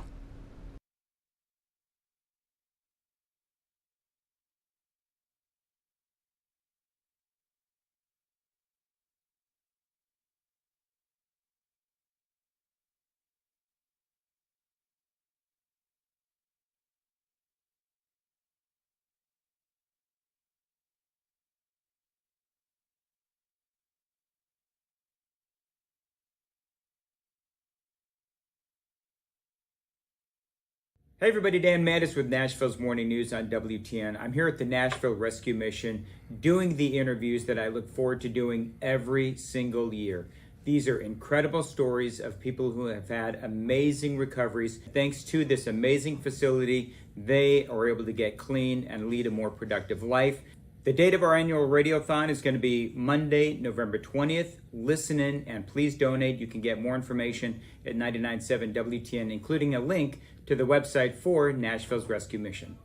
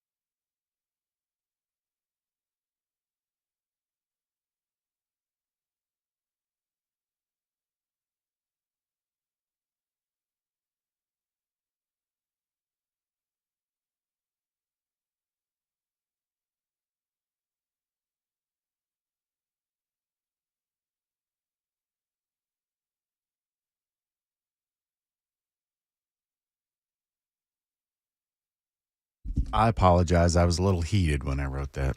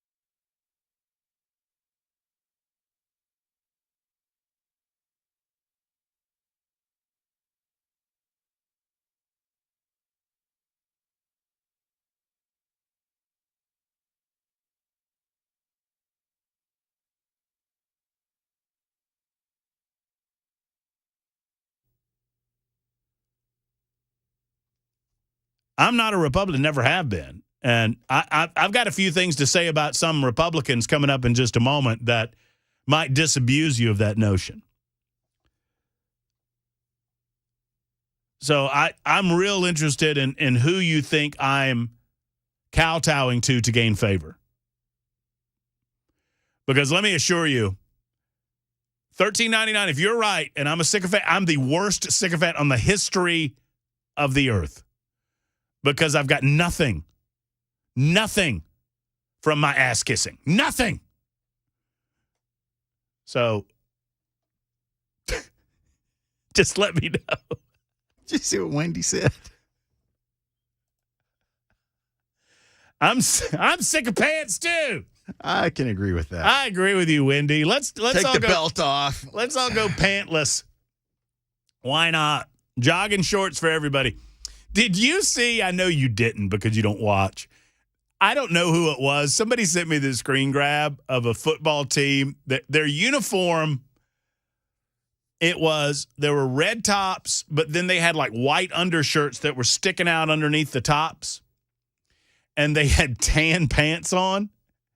And so it looked in the screenshots like they were all in underwear. It looked like one team had uniforms on and the other team just had underpants on with no long pants. It was pretty funny.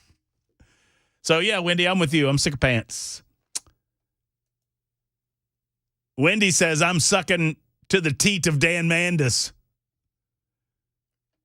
I'm not doing a very good job of that either. I'm a conspiracy theorist, and I think you're all right.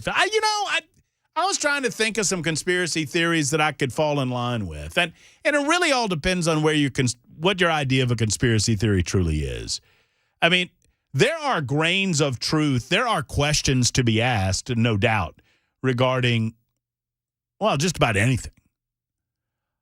What I have a hard time with are taking some of those questions or concerns or frustrations. I mean, I think it's a perfectly legitimate question to ask why in the hell the CIA or the Mossad did not catch this.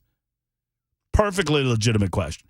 Perfectly legitimate question to wonder what in the heck was going on with the FBI and the CIA and our other intelligence agencies prior to 9/11 that we didn't catch all of that. But that doesn't mean that I think it was an inside job. And it's amazing to me how quickly people jump from one to the next. I wish 1037 would tell me who I'm sucking up to.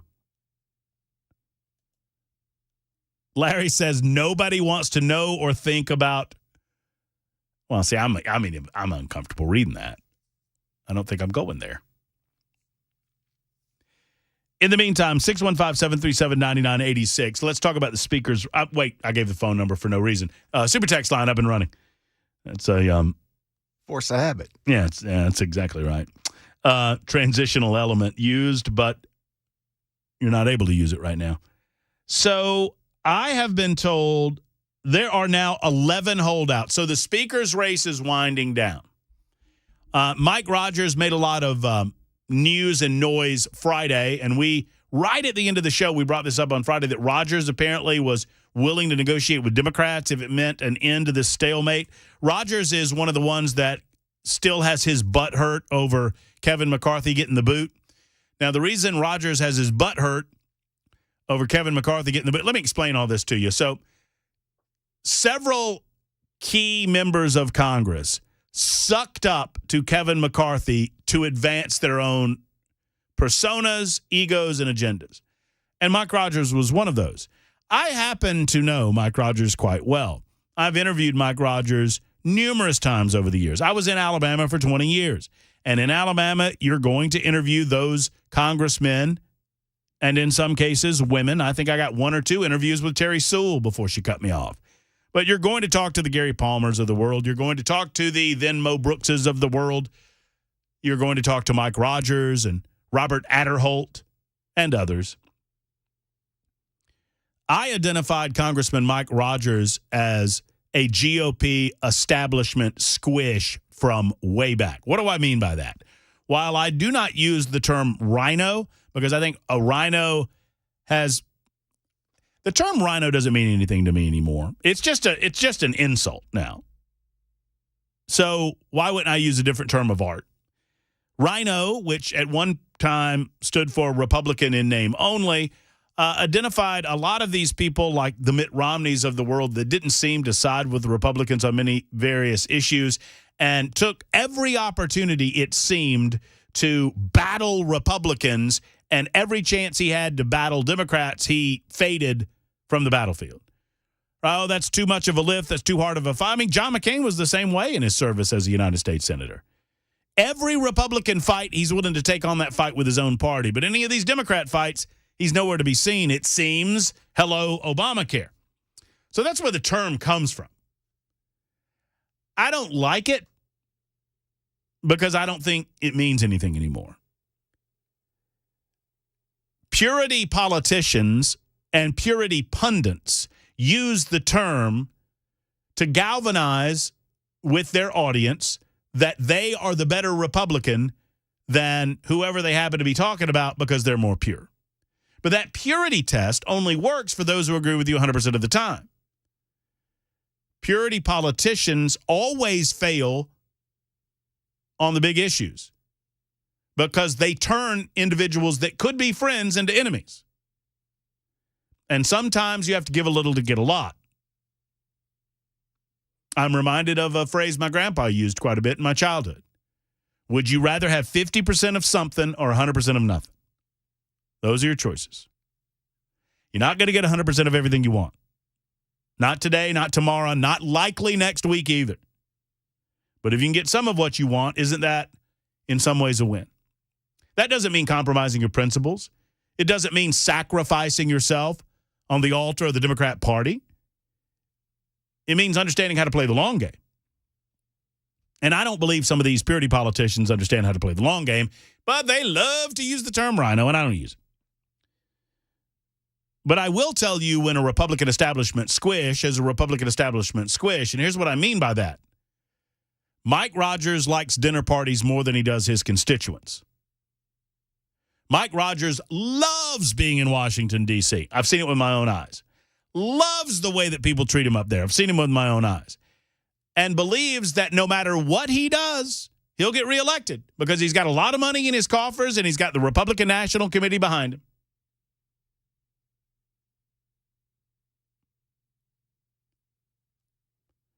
And so it was of no surprise to me, based on the number of times I've spoken to him. See, he got his butt hurt when Matt Gaetz was allowed to vote or to bring up a vote to vacate the chair. He further got, Rogers, for those who don't know, Rogers was the one that had to be restrained. Remember that scene where Gaetz is sitting there, and I think Lauren Boebert was sitting right beside him, and there was a guy that was yelling at him, and he was screaming, and he had to be held and pulled back. That was Mike Rogers. That was Mike Rogers doing this big dog and pony show because how dare you hold up the ascension of my chosen boy, Kevin McCarthy. Why is Mike Rogers, a Republican from Alabama, so interested in the election of Kevin McCarthy? Because Kevin McCarthy promised him that he could chair the Armed Services Committee, which is a really big deal for Mike Rogers because he's got to chair the Armed Services Committee in order to guarantee that he can bring home the defense money bacon back to his home district in Alabama, a district that includes portions of that area. Like, I don't think it's specifically in Huntsville. That's District 5. That's Dale Strong's district. But Mike Rogers is close enough in 3. He wants to bring all that that defense contract money back home. All that pork, baby. Look, I'm just saying it like it is. Mike Rogers loves D.C. He loves the country club set. He is an establishment Republican, and he's willing to spend money to increase his power. It's no wonder he was a buddy of Kevin McCarthy's.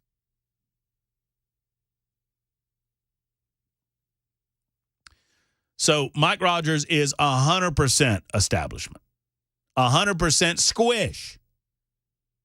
What do I mean by? So I've established what I mean by Washingtonized. Rogers is Washingtonized. He thinks that Washington is the epicenter of the universe.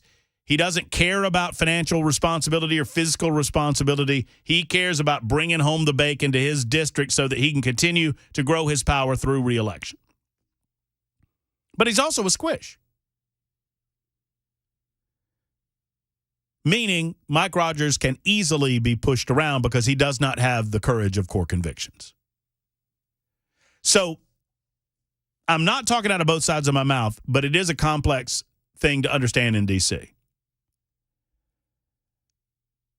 You have to be willing to compromise on certain issues, but if you have core convictions about certain things, you should be willing to say no when the time comes.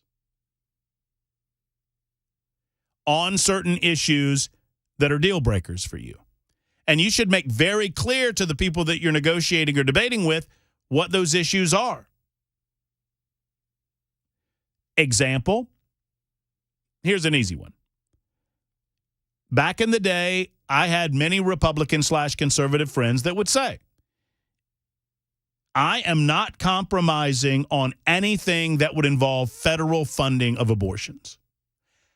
I don't like abortions. I think abortions should be illegal. But while they are legal, I can fight this fight because I believe that it's murder. I will not move on any piece of legislation that involves the funding, the federal funding of abortion. Right? So if you want to debate or discuss other matters that are important to you, that's fine. But I'm telling you, I'm not moving off this issue. That is the courage of your core convictions. Mike Rogers does not have those. Everything's up for negotiation and debate if I get what I think I want. And you know what he wants? You know what he was promised by Jim Jordan? That he would continue to be chairman of the Armed Services Committee. That's all he needed. So he blathered on Friday about working with the Democrats to elect Hakeem Jeffries as Speaker. He has one meeting with Jordan. Jordan says, yeah, you can stay chair of the Armed Services Committee. He gets what he wants, and then he runs home and claims victory. That is the definition of a squish, and that's what he is. There are 11 Republican holdouts. So we now have over 200 commitments for Jim Jordan as the next Speaker of the House. I have the names, and I will name them next on Super Talk 99.7 WTN.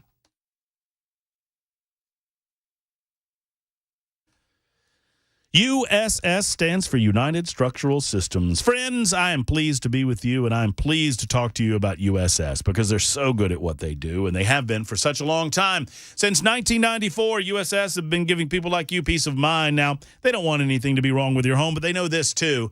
You don't call them because nothing's wrong. You know, you don't look around your house and see everything looks just fine. You go into your basement and everything smells just fine. And call USS and say, hey, guys, everything's just fine. You call them because you've identified something that concerns you. If you want peace of mind or you want a simple solution to your issue, if you want the best in the business, you call USS because they are the best. They've been keeping homes stable and dry since 1994, and they have served, listen up now, over 25,000 satisfied residential customers. That's incredible. Serving Middle Tennessee, Southern Kentucky, and Northern Alabama. They're online at USSTN.com, USSTN.com, or give them a call. 615-488-7855, 488-7855 for USS.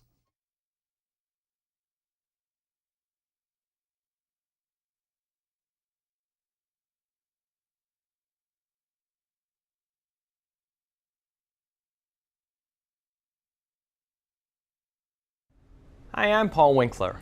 I recently did a workshop talking about some of the missteps of the investing industry, some of the biggest mutual fund companies out there. You probably recognize these names: Fidelity, Vanguard, Raymond James, Edward Jones, actually using data and information from their own websites as I walk through this. Now, one of the things I was talking about is diversification and how investors could be in for a rude awakening at the amount of risk that they actually have in their portfolios, and they don't even realize it. Now, the example I like to use to help people understand why why do these huge companies do this? I mean, these are big companies. And you go, well, why? Well, think about the diet industry. In the diet industry, you had things like this: fat-free this, fat-free that, fat-free that. And what happened is they did a study. They were looking at diabetes in children. And what they found was that when they went fat-free, they actually ended up with more diabetes rather than less, because what they substituted for fat was sugar. Now, what happens in the mutual fund industry, they tend to keep costs low by investing in very narrow areas of the market that are inexpensive to manage. So what happens is the investor ends up with more risk than they think that they've got. Now, why do they do that? Because you are actually attracted by low costs. Now, it doesn't mean that you can't use these big mutual fund companies. It just means that you have to be eyes wide open. As an investment firm, we help people sidestep these things because sometimes you have no choice. You have a 401k, you're dealing with these fund companies, and you can't go anywhere else. So what we do is we help you go around these landmines. To set up an initial 15-minute phone call, go to our website, paulwinkler.com, or you can just scan the QR code right here. We look forward to talking with you.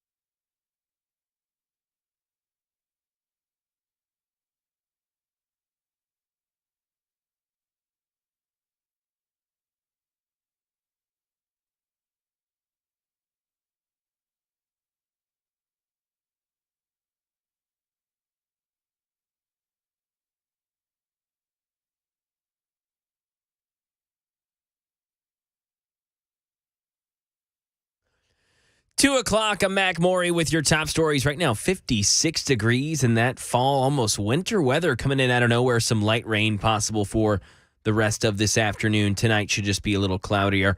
And then tomorrow, clear with showers maybe welcoming us back later on this week. Complete weather forecast just a few minutes away. The Israeli forces preparing for a ground assault. Daria Albinger. The Pentagon's placed about 2,000 U.S. troops on a heightened state of readiness for a possible deployment to the Middle East. They aren't combat troops, but American military personnel who could provide support, including medical support if needed. Israeli troops are massing on the border with Gaza ahead of what the Jewish state says will be a ground assault. The UN, meanwhile, warning of a humanitarian crisis with nearly half of Gaza's population displaced. More from ABC's Ian Pannell. Israel's already reduced many parts of Gaza to rubble since last week's attack. More than 2,700 Palestinians killed in just over a week and nearly 10,000 wounded. With a ground invasion looming, Israel calling for residents of northern Gaza, up to 1 million people, to flee south. Hospitals are overwhelmed as the UN warns that the fuel that keeps those critical facilities open will soon run out. And at least 30 Americans have died in Israel, 13 Americans still unaccounted for. Crime in Tennessee. 2 people were arrested yesterday in Murray County after a threat to social media was posted. Officials notified the post on Snapchat and were able to locate the 2 responsible and have them arrested. And a court appearance and funeral today in Illinois after the stabbing death of a boy and the wounding of his mother because of their Muslim faith. Derek Dennis. A plea not yet entered, but 71-year-old Joseph Zuba now has a public defender accused of stabbing 6-year-old Wadia Alfa-Yume to death 26 times, wounding his mother critically at least a dozen times, apparently in fear over the war between Israel and Hamas. Authorities say he targeted the family because of their Muslim faith and now faces murder and hate crime charges with a federal investigation underway. The feds want to pursue this. The feds see a right that's been violated. Legal analyst Gill Center. Meantime, there's a growing memorial for the boy as he's laid to rest by Muslim custom. And that is the latest news. Weather's next. I'm Mac Maury, WTN News.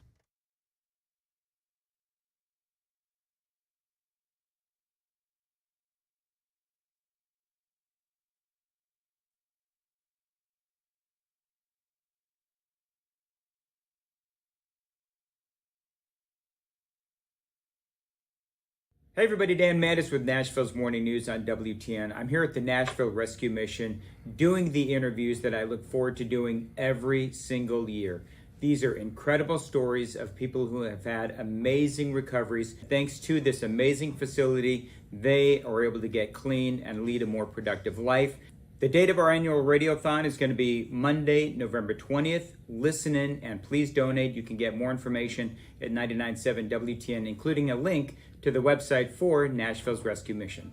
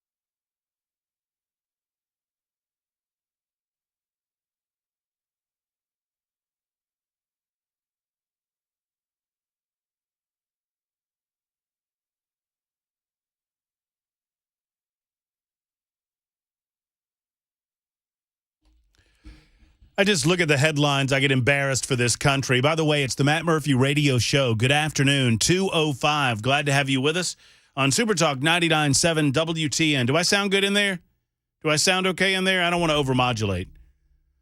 I sound a little splatty in here, but as long as I'm good in there, don't you move a thing. You're the master. You're the knob master. I don't. Why would you say that? It's true. You're the Bel K. Rude. Bel K, the headless knob master on Super Talk 99.7 WTN. It's 2:05. All right, let's catch you up for those just joining us. We've had 2 hours of what I considered it to be talk radio excellence. I hope you thought it the same. It is Monday. It is October 16th. It is our episode 435, and I don't think I said that at the beginning of the show today. I think I forgot to do it. Maybe I did when we were introducing the episode on Super Talk TV, YouTube, Facebook, Twitter, Twitch. So you may comment in any variety of platforms, such as YouTube, Facebook, Twitter, Twitch. You can comment to me on social media. You can go to my Twitter handle, X handle. That's at Matt Murphy Show. But what you can't do is call because the phones are crapola. We don't know what exactly happened. They were janky over the latter portion of last week, and now they have gone completely kaput. And my apologies to Representative Tim Burchett, whom we were planning on having on today, and we were unable to do so because he's out in Washington, D.C. We'll get him back on very soon. But I did communicate with Tim offline, and we had a couple of conversations about the speaker's race, and it's looking pretty good. It's looking pretty good. 1, 2, 3, 4, 5, 6, 7. There are now, what did I just tell you? I said there were 11 holdouts. Since the time that I got sent the list of 11 holdouts, that list has shrunk to 8.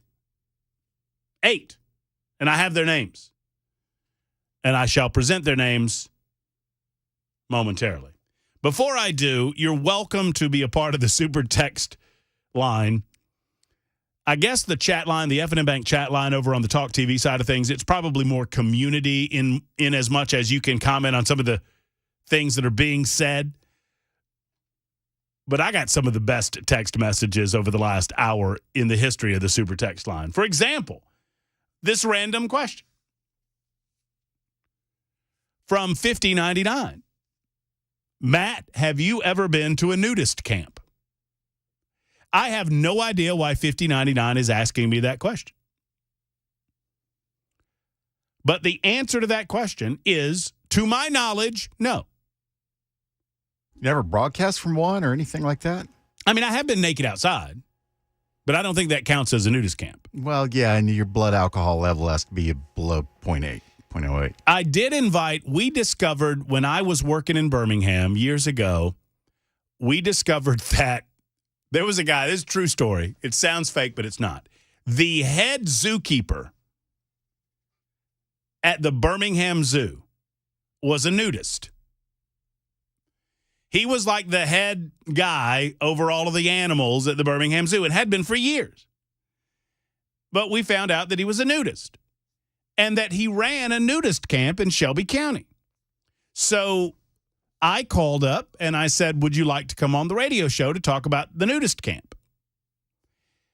And at first he didn't want to do it because he didn't want to sensationalize it or really didn't want to draw attention to it.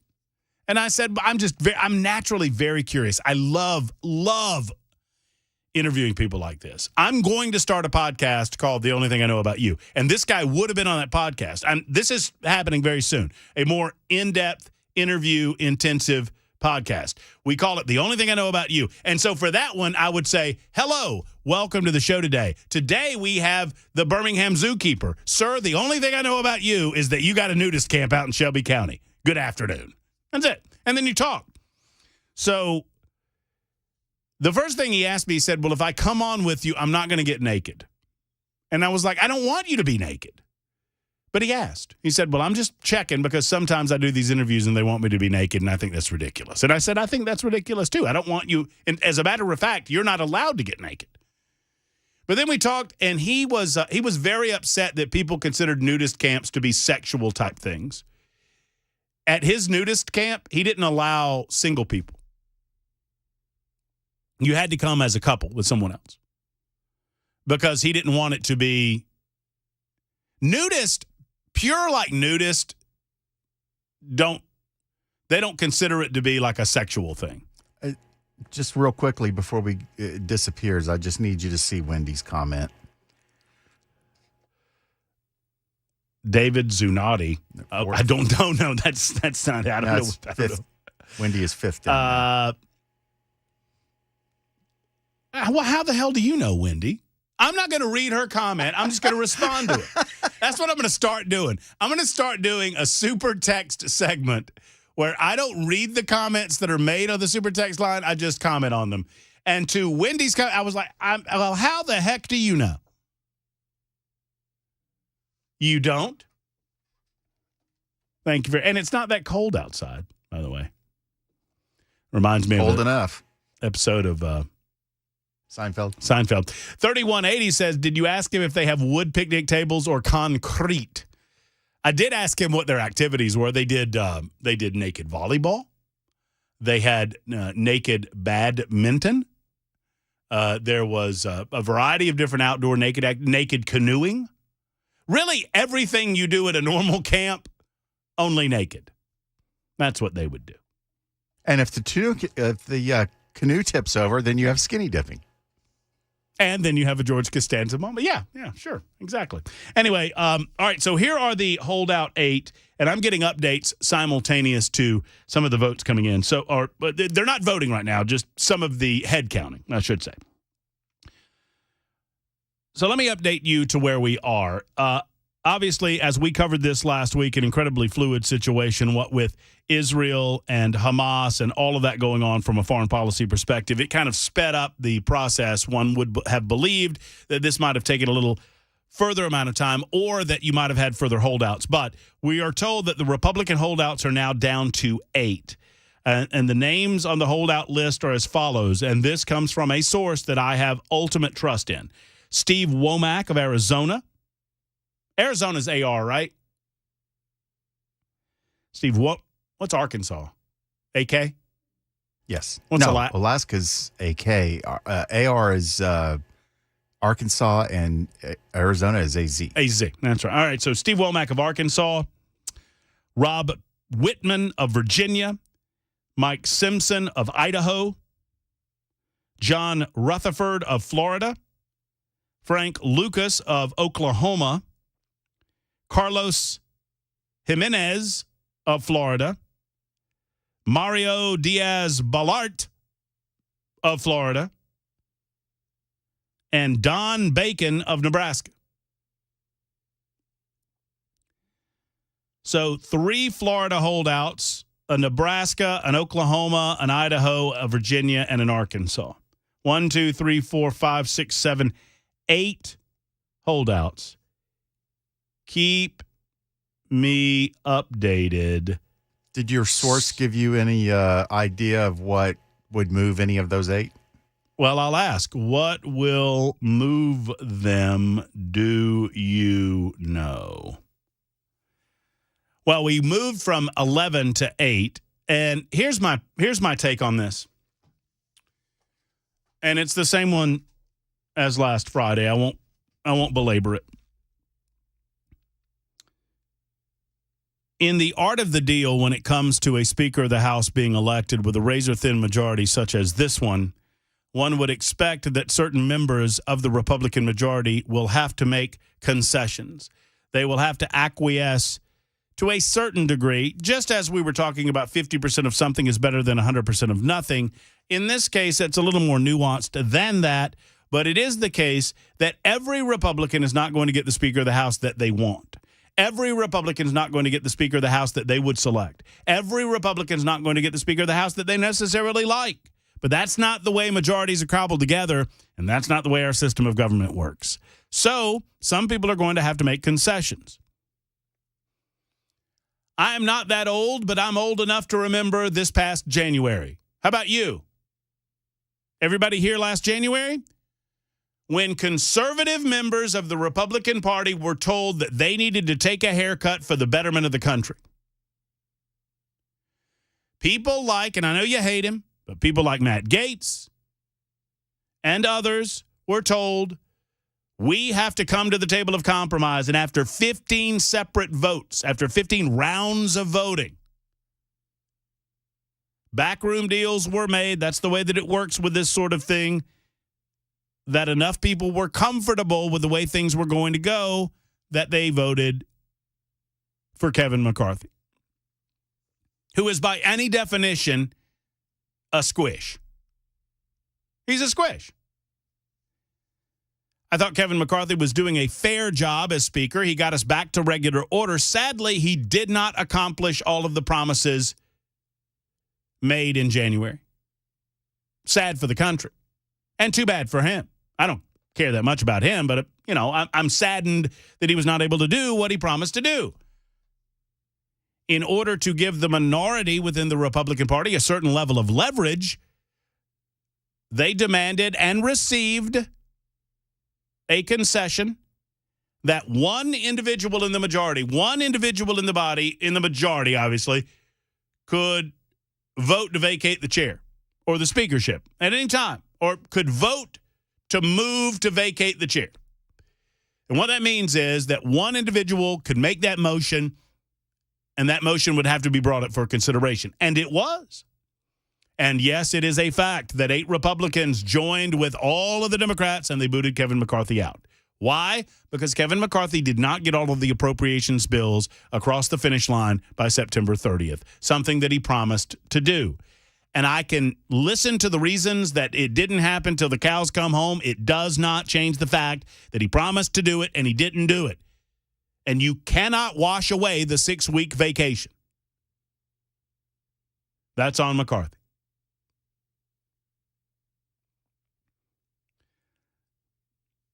You know why the super text line is not good for me? Because I'm right in the middle of a good rant. And it's distracting you. And I look over and I see this line. This is good. Don Bacon sounds like an activity at a nudist camp. That's good. That's so sad. Okay. All right, everybody, don your bacon. All right, nobody drop it because we have to eat it later.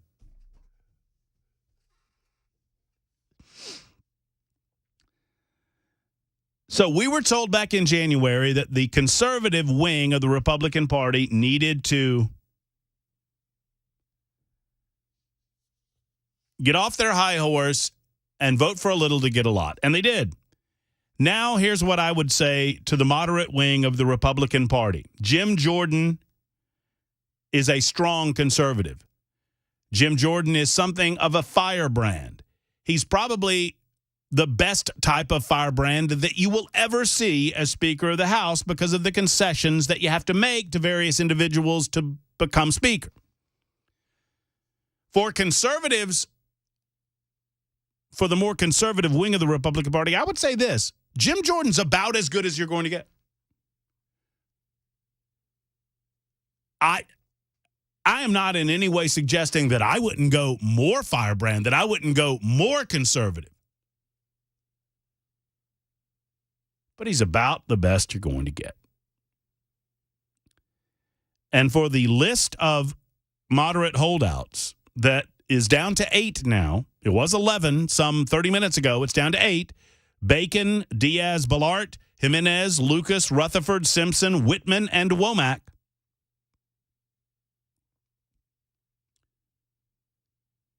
You're going to have to take a haircut. You're going to have to come off your high horse.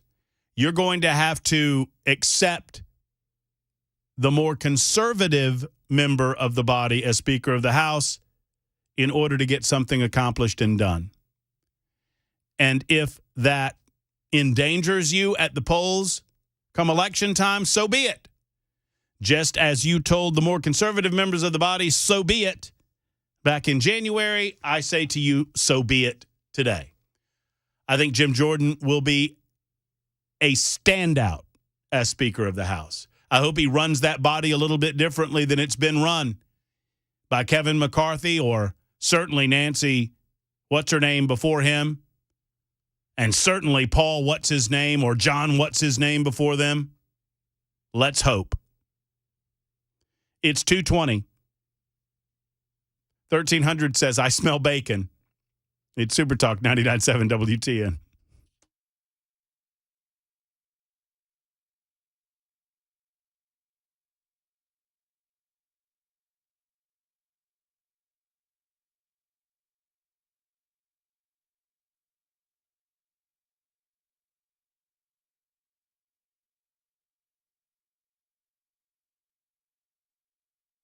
Hey, folks, Matt Murphy, Tennessee Men's Clinic wants to talk with you, gentlemen. If you're low energy, low motivation, low drive, if you don't do what you used to do when it comes to, I don't know, gym or outdoor activities or even bedroom activities, if you're not as motivated as you used to be, there could be a reason for that, and it could be levels easily checked by the Tennessee Men's Clinic. Might be T levels, might be something else. Whatever it might be, what about going and identifying that and seeing that you can do something about it simply, easily, and at low cost to you? You could get back to your life again, become the man that you want to be in your middle age and beyond. Thank you to the Tennessee Men's Clinic. So go to TennesseeMen'sClinic.com to check it out.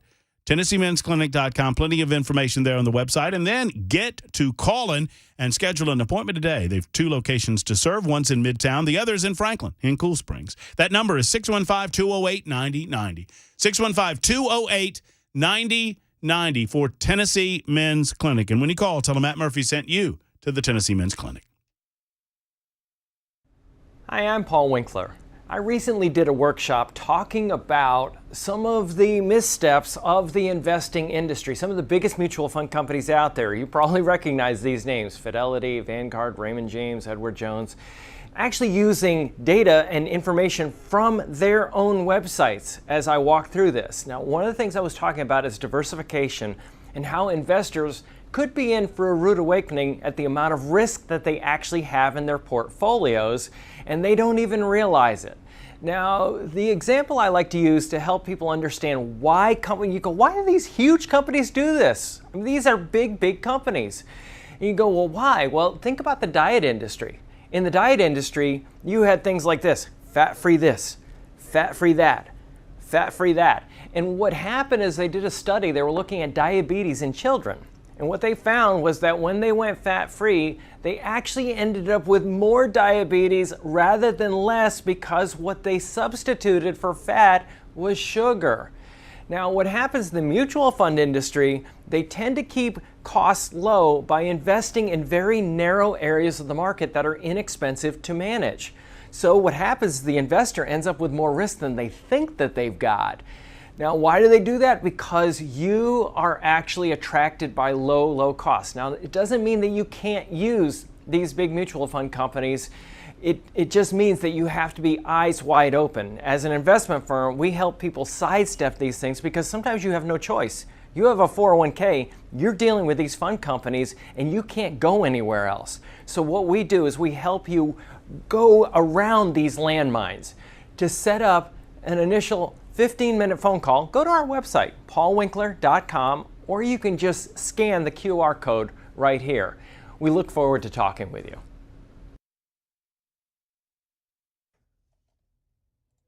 U.S. troops on high alert, Verizon outages in Nashville, and a prominent woman in sports going a different direction. Those stories at 2:30 on Super Talk 99.7 WTN. Thank you much, Mac Morey. It is 2:24, Super Talk 99.7 WTN. Matt Murphy and you until 3 o'clock. Well, we'll be able to talk to Brian, huh? In our crossover? Brian Wilson and myself? That's not on the phone. B-Dubs and Double M? B-Dubs. B-Dubs and Double M? B-Dubs and 2 double M's. I mean, if Mac Morey wanted to join in, he's welcome too. No phones right now. Our phone repairs continue. For what it's worth, I miss you. And I feel like every subject that I had brought up today was one that I really wanted to engage the audience in, whether it be individuals who consider themselves to be pro-Palestinian. I wanted to try to distinguish between someone who's pro-Palestinian and someone who is pro-Hamas, because I don't know that you can be both. I don't know how you can be both. Or wait, I'm sorry. I don't know how you can't be both. That's what I'm saying. I don't know how you cannot support Hamas. Maybe it makes you uncomfortable to say that, but I don't know how you can do both. Otherwise, you would look at the Israelis who are set to come into Gaza as liberators. If you're against Hamas and Hamas is the current political, military, and totalitarian power in Gaza, then you would be happy that the Israelis are liberating you, wouldn't you? 8388 says, how about an update on Hunter Biden and the big guy? I actually have. You want to get high? Thank you very much. I actually have an update on that. The case against Sloppy Joe looks to get worse and worse and worse. As a matter of fact, Jonathan Turley, a name that I have utmost respect for, he writes for The Hill on occasion. He had an opinion over the weekend that talks about the sudden appearance of Special Counsel Robert Hur, which caused a stir because unlike his counterpart, Special Counsel Jack Smith, who's been prosecuting former President Donald Trump, Hur has virtually been unheard from, disappeared since his appointment to investigate President Joe Biden. This documents case against Joe Biden looks more and more similar as the days go on to Donald Trump's. And oh, by the way, the one hole card they had, the one ace in the hole they had was to say, well, Donald Trump tried to disrupt justice. He tried to obstruct. And Joe Biden was as honest as the day is long and as pure as the wind-driven snow when it came to this stuff, when it came to his attention, because he had no idea what was going on. Now, to catch those of you in Aniana up on this story, we're talking about Joe Biden and the fact that he had in multiple locations, multiple documents. We don't really know how many because we can't get a straight answer on that. But he had multiple documents suggesting that he had been possessing classified documentation since way before he was president of the United States, during his time as a United States vice president, and even during his time as a United States senator. And as Jonathan Turley notes, the new evidence could prove transformative, not only for the criminal, but for the impeachment investigation of the president. House Oversight Committee released a new timeline on the discovery of classified documents in various locations associated with Biden. From the outset, it was problematic in that the account given by Biden made no sense. Biden insisted he had no knowledge of the documents. He had no involvement in the documents. He didn't know anything about their removal. He had never used them. And as Turley notes, the most glaring problem is that after they were removed at the end of his term as vice president, the documents were repeatedly moved and then divided and subdivided. Some were found in the Penn Center office used by Joe Biden in D.C., others were found in his garage. Others were found in his personal library. And the one big difference that the media, just chewed on, gnawed on like a bone, man, was that Joe Biden had no knowledge. And that's bad. And, that's no good. But Joe Biden didn't have any knowledge. He didn't try to cover anything up. Donald Trump tried to cover everything up. Biden made clear from the beginning that he expected the investigation would be over, much like Mike Pence's. You see how Mike Pence's went? Somebody found some documents. Mike Pence said, I had no idea those were there. I apologize profusely. As vice president, I should have known better. They went through the whole thing and got rid of the case. Well, this is more. This is more than that. Because Biden made clear, he declared that he had no regrets over his conduct. He told the public the documents investigation would peter out when it was determined that, quote, this is a quote, there's no there. There's no there. Now,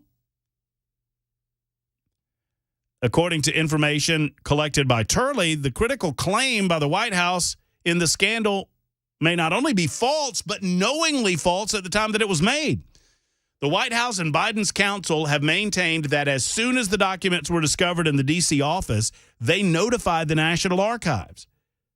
In other words, well, with all of this going on with Trump, we looked around and as soon as we found stuff, guys, we called. Now, they didn't call the FBI. They called the National Archives. But the White House has hung on to this aspect of the case as to what makes the cases different. Remember when we heard that ad nauseum from the mainstream media? well, these cases are not the same because Donald Trump tried to hide it and Joe Biden has cooperated with officials from the beginning. Well, it turns out that's a lie. That's not true. It now appears it wasn't true. One of the closest aides to Biden and a close friend to Hunter Biden is a woman by the name of Annie Tomasini. She referred to Hunter as her brother, signed off messages as LY or love you. Tomasini was once a senior aide to Joe Biden and, according to the Oversight Committee, inspected the classified material on March 18th, 2021, 2 months after Joe Biden took office, and 20 months before the team of Biden claimed that they found them. The committee also alleges the White House, quote, omitted months of communications, planning, and coordination amongst multiple White House officials. Kathy Chung, Penn Biden Center employees, and President Biden's personal attorneys to retrieve the boxes containing classified materials. The timeline also omitted numerous multiple visits from at least 5 White House employees to the locations where the documents were. So if this is true, and we have no reason to believe that it's not, this evidence demolishes their claim and the one claim that they clung to, that our case is not like his case because we were clean from the beginning. Well, they weren't clean from the beginning. What the hell did they know, and what did they remove, and why didn't they tell officials as soon as they found out? That timeline, the fact that they claimed they turned it over as soon as they found out about it, which is currently being destroyed and is 20 months off. They became public with it when they knew they were about to get found out. That's what happened. It turns out it's not true. Do I expect the mainstream media to cover it? Nah, they're too busy, man. They're too busy on Trump. Too busy on Palestine. Can't worry about whether their president of the United States is corrupt or not. It's 2:32 on Super Talk.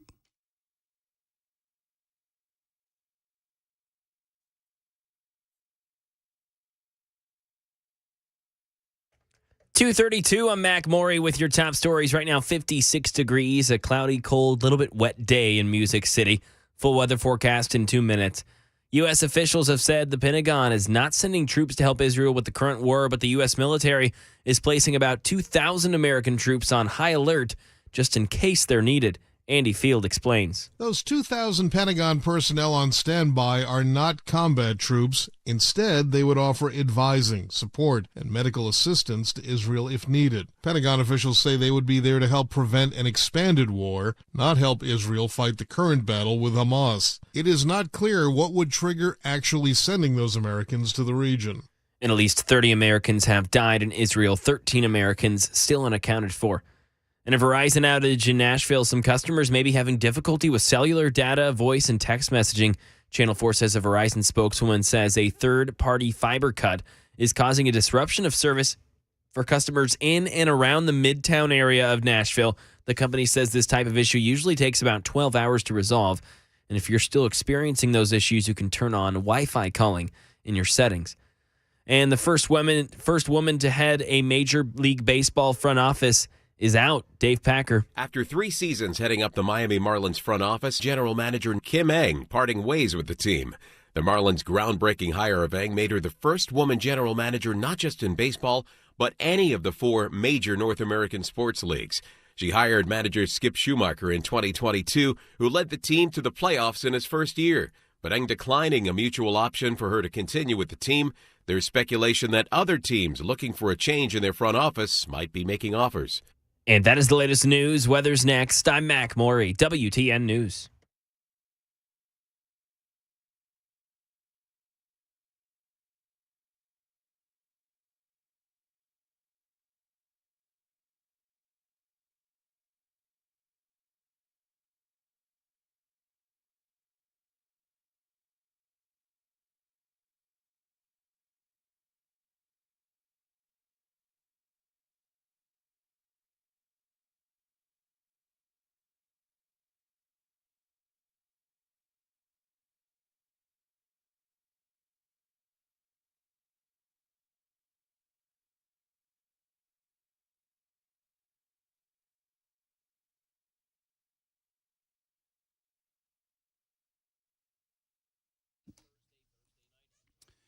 You know, Blink 182 is a much better band than ABBA.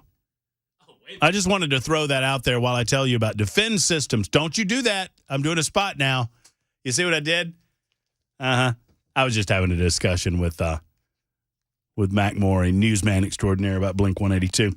Now I'm going to have a discussion with you about Defend Systems. And I don't know that Brink Fiddler would agree with me that Defend Systems takes a position on Blink 182 versus ABBA, but I know they take a position on this. The odds that you will find yourself in a life-threatening situation in your workplace, in a school, in a church setting are very, very low.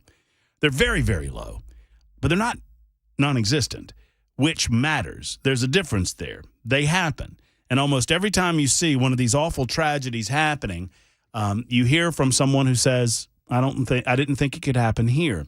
Well, I understand that you don't think that it could happen in your church or your school or your place of business, but it could. I don't want to freak you out. I don't want to scare you. And certainly Brink and Defense Systems, they don't want to do that either. They want to train you. They want to arm you with information about active shooter response, workplace violence prevention, site surveys and threat assessments, emergency and intruder action plans, rapid response medical training, and they customize all of these things to your facility. Now, if you're a decision maker, you owe it to yourself, you owe it to your team, to your loved ones, that you make this call today. Call Defend Systems and let Brink help you. DefendSystems.com, that's DefendSystems.com, or 615-236-6484. 236-6484. Based on what I've said about ABBA today, I'm planning on calling Brink right now. I kid, because I love Defense Systems. Call them today.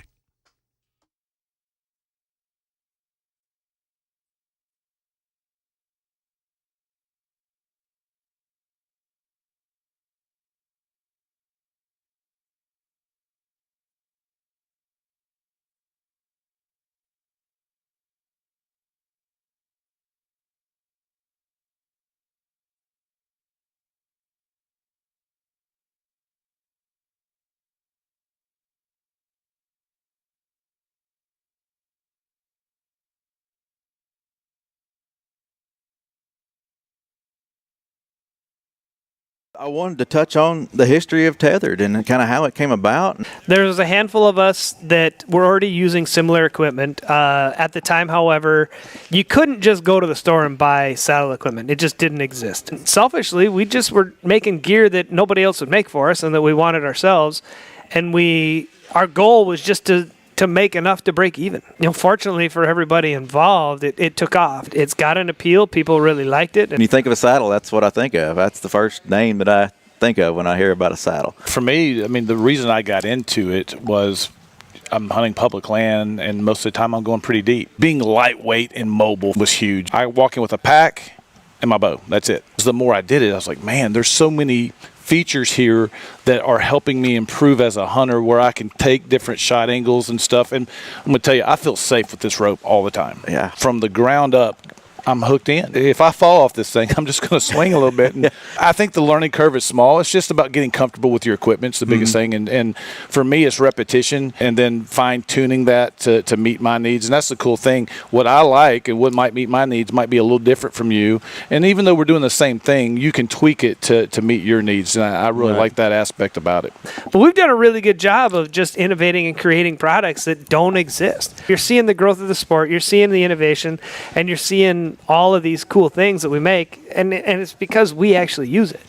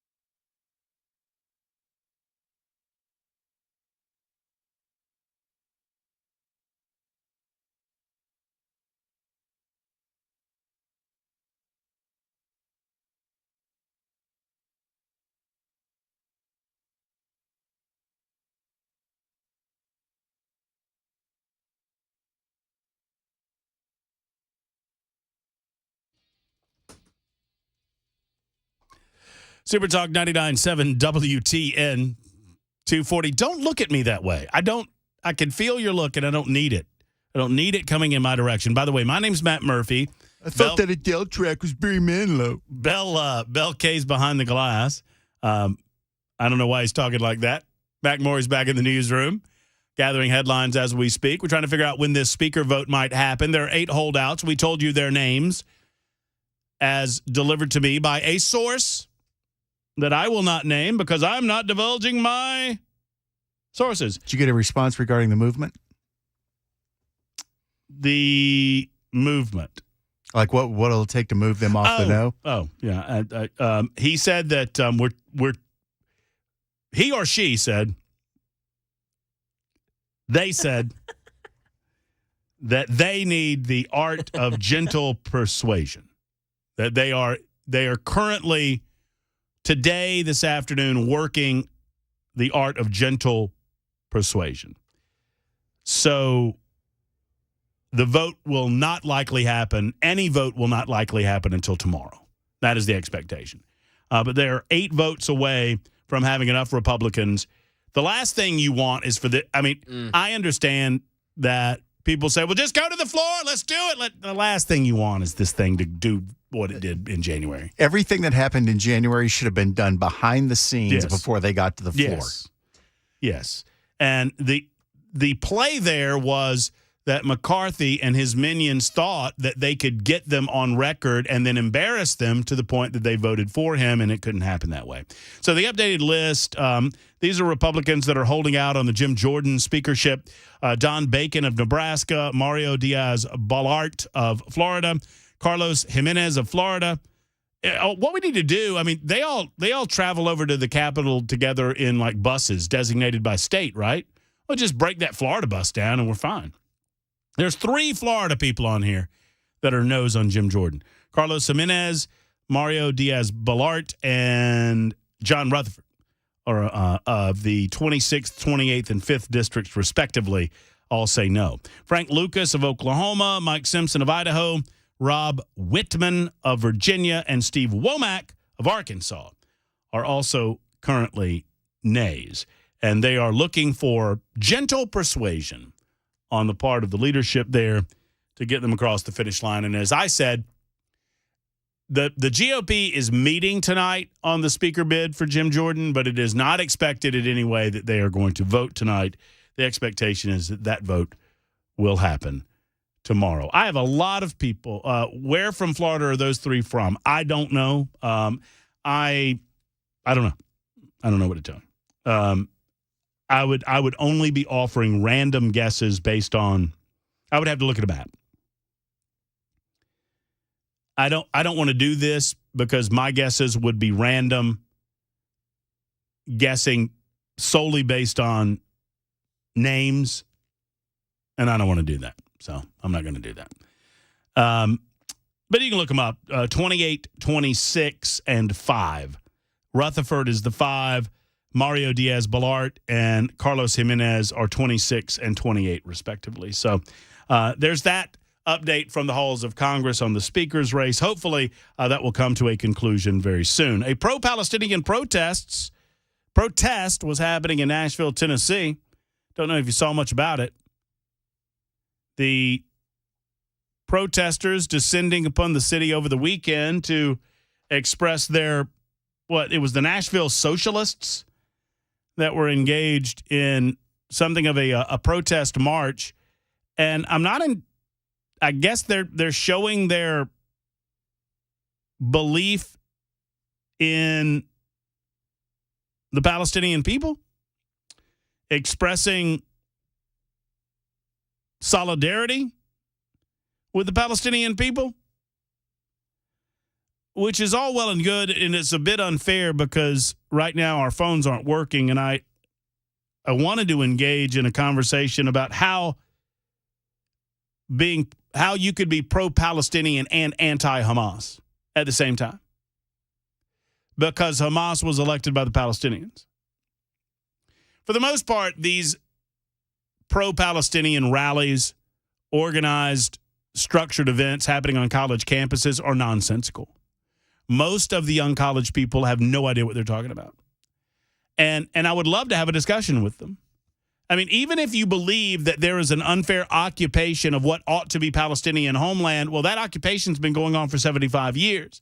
The Israeli people are going nowhere.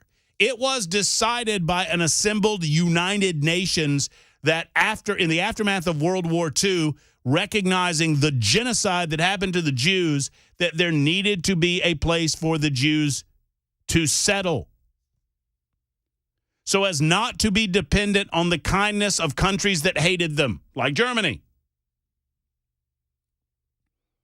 And so while it was understood that it would frustrate a displaced Palestinian population, the state of Israel was proposed, created, was set to be settled. But a civil war broke out while the settlement was being decided. And ultimately, it was the conclusion of that civil war that determined the borders of the state of Israel in 1948. Then, of course, 1967 conflict ensued and further changed the border lines. But if you ask, I mean, here's the simple thing to do when you're having discussions with pro-Palestinian folks. Ask them, what do you want the Israelis to do? If they say something along the lines of tear down the walls and live in peace with the Palestinian people, then they don't know what the hell they're talking about. Because the Israelis have tried to do that. And they get slaughtered when they try to do that. Over and over and over. Once again, I will remind you that absent those Palestinians that remain quiet for fear of their lives, there's largely one group of people in this conflict that want the conflict to end with some semblance of peace and an expectation that there will no longer be any attacks. There's one group of people that wants to kill the other group.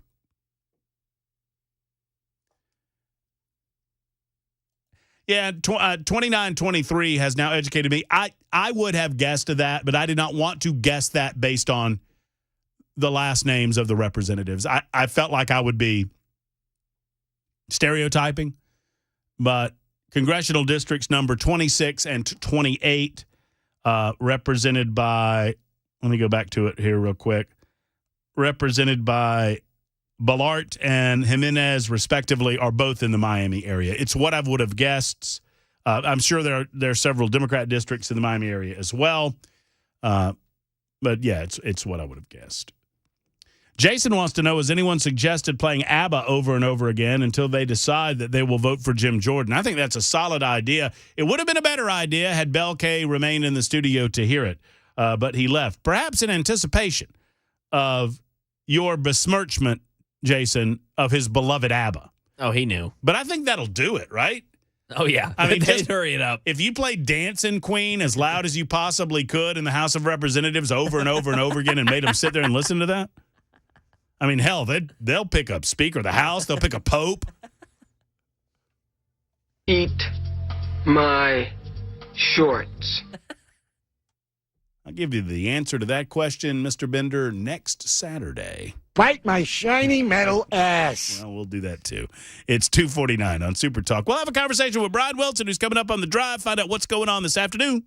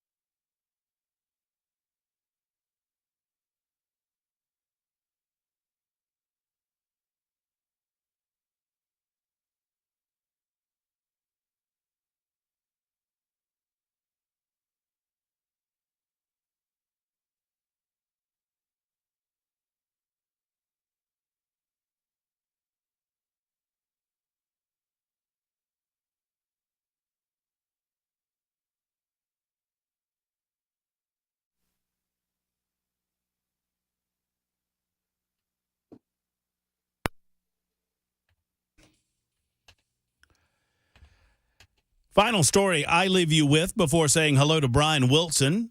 Find out what's going on the drive a little bit later on this afternoon. Headline from the Babylon Bee. Terrifying haunted house just displays current gas and grocery prices along dark, creepy hallways. Here we go, Brian. As the Halloween session kicks into high gear, local residents have been buzzing about the newest, most terrifying haunted house they've ever experienced. Surprising reviews claimed the attractions just displays current gasoline and grocery prices along dark, creepy hallways. Butch Reed, attendee, said, "It's the most horrifying thing I've ever seen. I can handle seeing ghosts and goblins and scary clowns and blood, but they were showing me a digital display with $8.99 per gallon gas. I almost lost my lunch." There you go. That's a little piece from the Babylon Bee. That's indeed scary. I'll say that. But it's not as scary as Stately Wilson Manor as we get prepared for Halloween. How tall is the skeleton on the exterior of your home? That would be a 12-foot tall skeleton in our front yard. Gracious. And it has creepy blinking eyes that when you walk around it, it follows you. The eyes will follow you wherever you go. It's the most awesome Halloween decoration I've ever had. Well, I don't appreciate you guys putting up beautiful photographs of your outside decorations because my wife sees that, Wilson, and then she immediately wants to go to the store and she wants to call Cabana Wife and find out where she got all of this beautiful stuff. Listen, I'm telling you, she comes out and she starts working on a display around the front door, a fall Halloween-ish display. And it's got pumpkins, it's got fall leaves, it's got sunflowers, she starts out with 2 poles and some chicken wire, and then I come back a couple hours later and there's this fabulous thing on my front porch, and I go, wow, that's amazing. I just shook my head when she was out there cutting chicken wire. I couldn't imagine how chicken wire was going to turn into something that was remarkably beautiful, but I mean, you give her an hour and a pair of wire cutters, and she can produce magic. No, it's absolutely fabulous. Just please beg of her to less of that on social media, please. Less of that. Well, this afternoon doesn't look like you're going to get a vote this afternoon, Brian. No, I think it's going to happen tomorrow, and the question is, can Jim Jordan get to 217? Not clear, but I would say I think he's got a better chance than Scalise did, the way things seem to be reading right now. We'll be covering that, of course. We'll be talking about what's going on with Israel and their imminent incursion into Gaza, and then the covenant shooting arguments that were held before the appeals court today. Should those documents be released? One argument from lawyers was that, well, parents have a real say in this, and we're going to talk to our audience about that. Do you think parents should be able to stop the release of those documents? And you'll hear from some of the arguments that took place before the appeals court this afternoon. Looking forward to it, my friend. There's Brian Wilson. He's coming up in mere moments right after Mac Moore. He delivers some of the headlines you need to know about at the top of the hour newscast, and then The Drive with Brian Wilson. We're back tomorrow at high noon. Until then, have a wonderful afternoon. Bundle up a little bit. Hug your loved ones. Have a great day, folks. So long.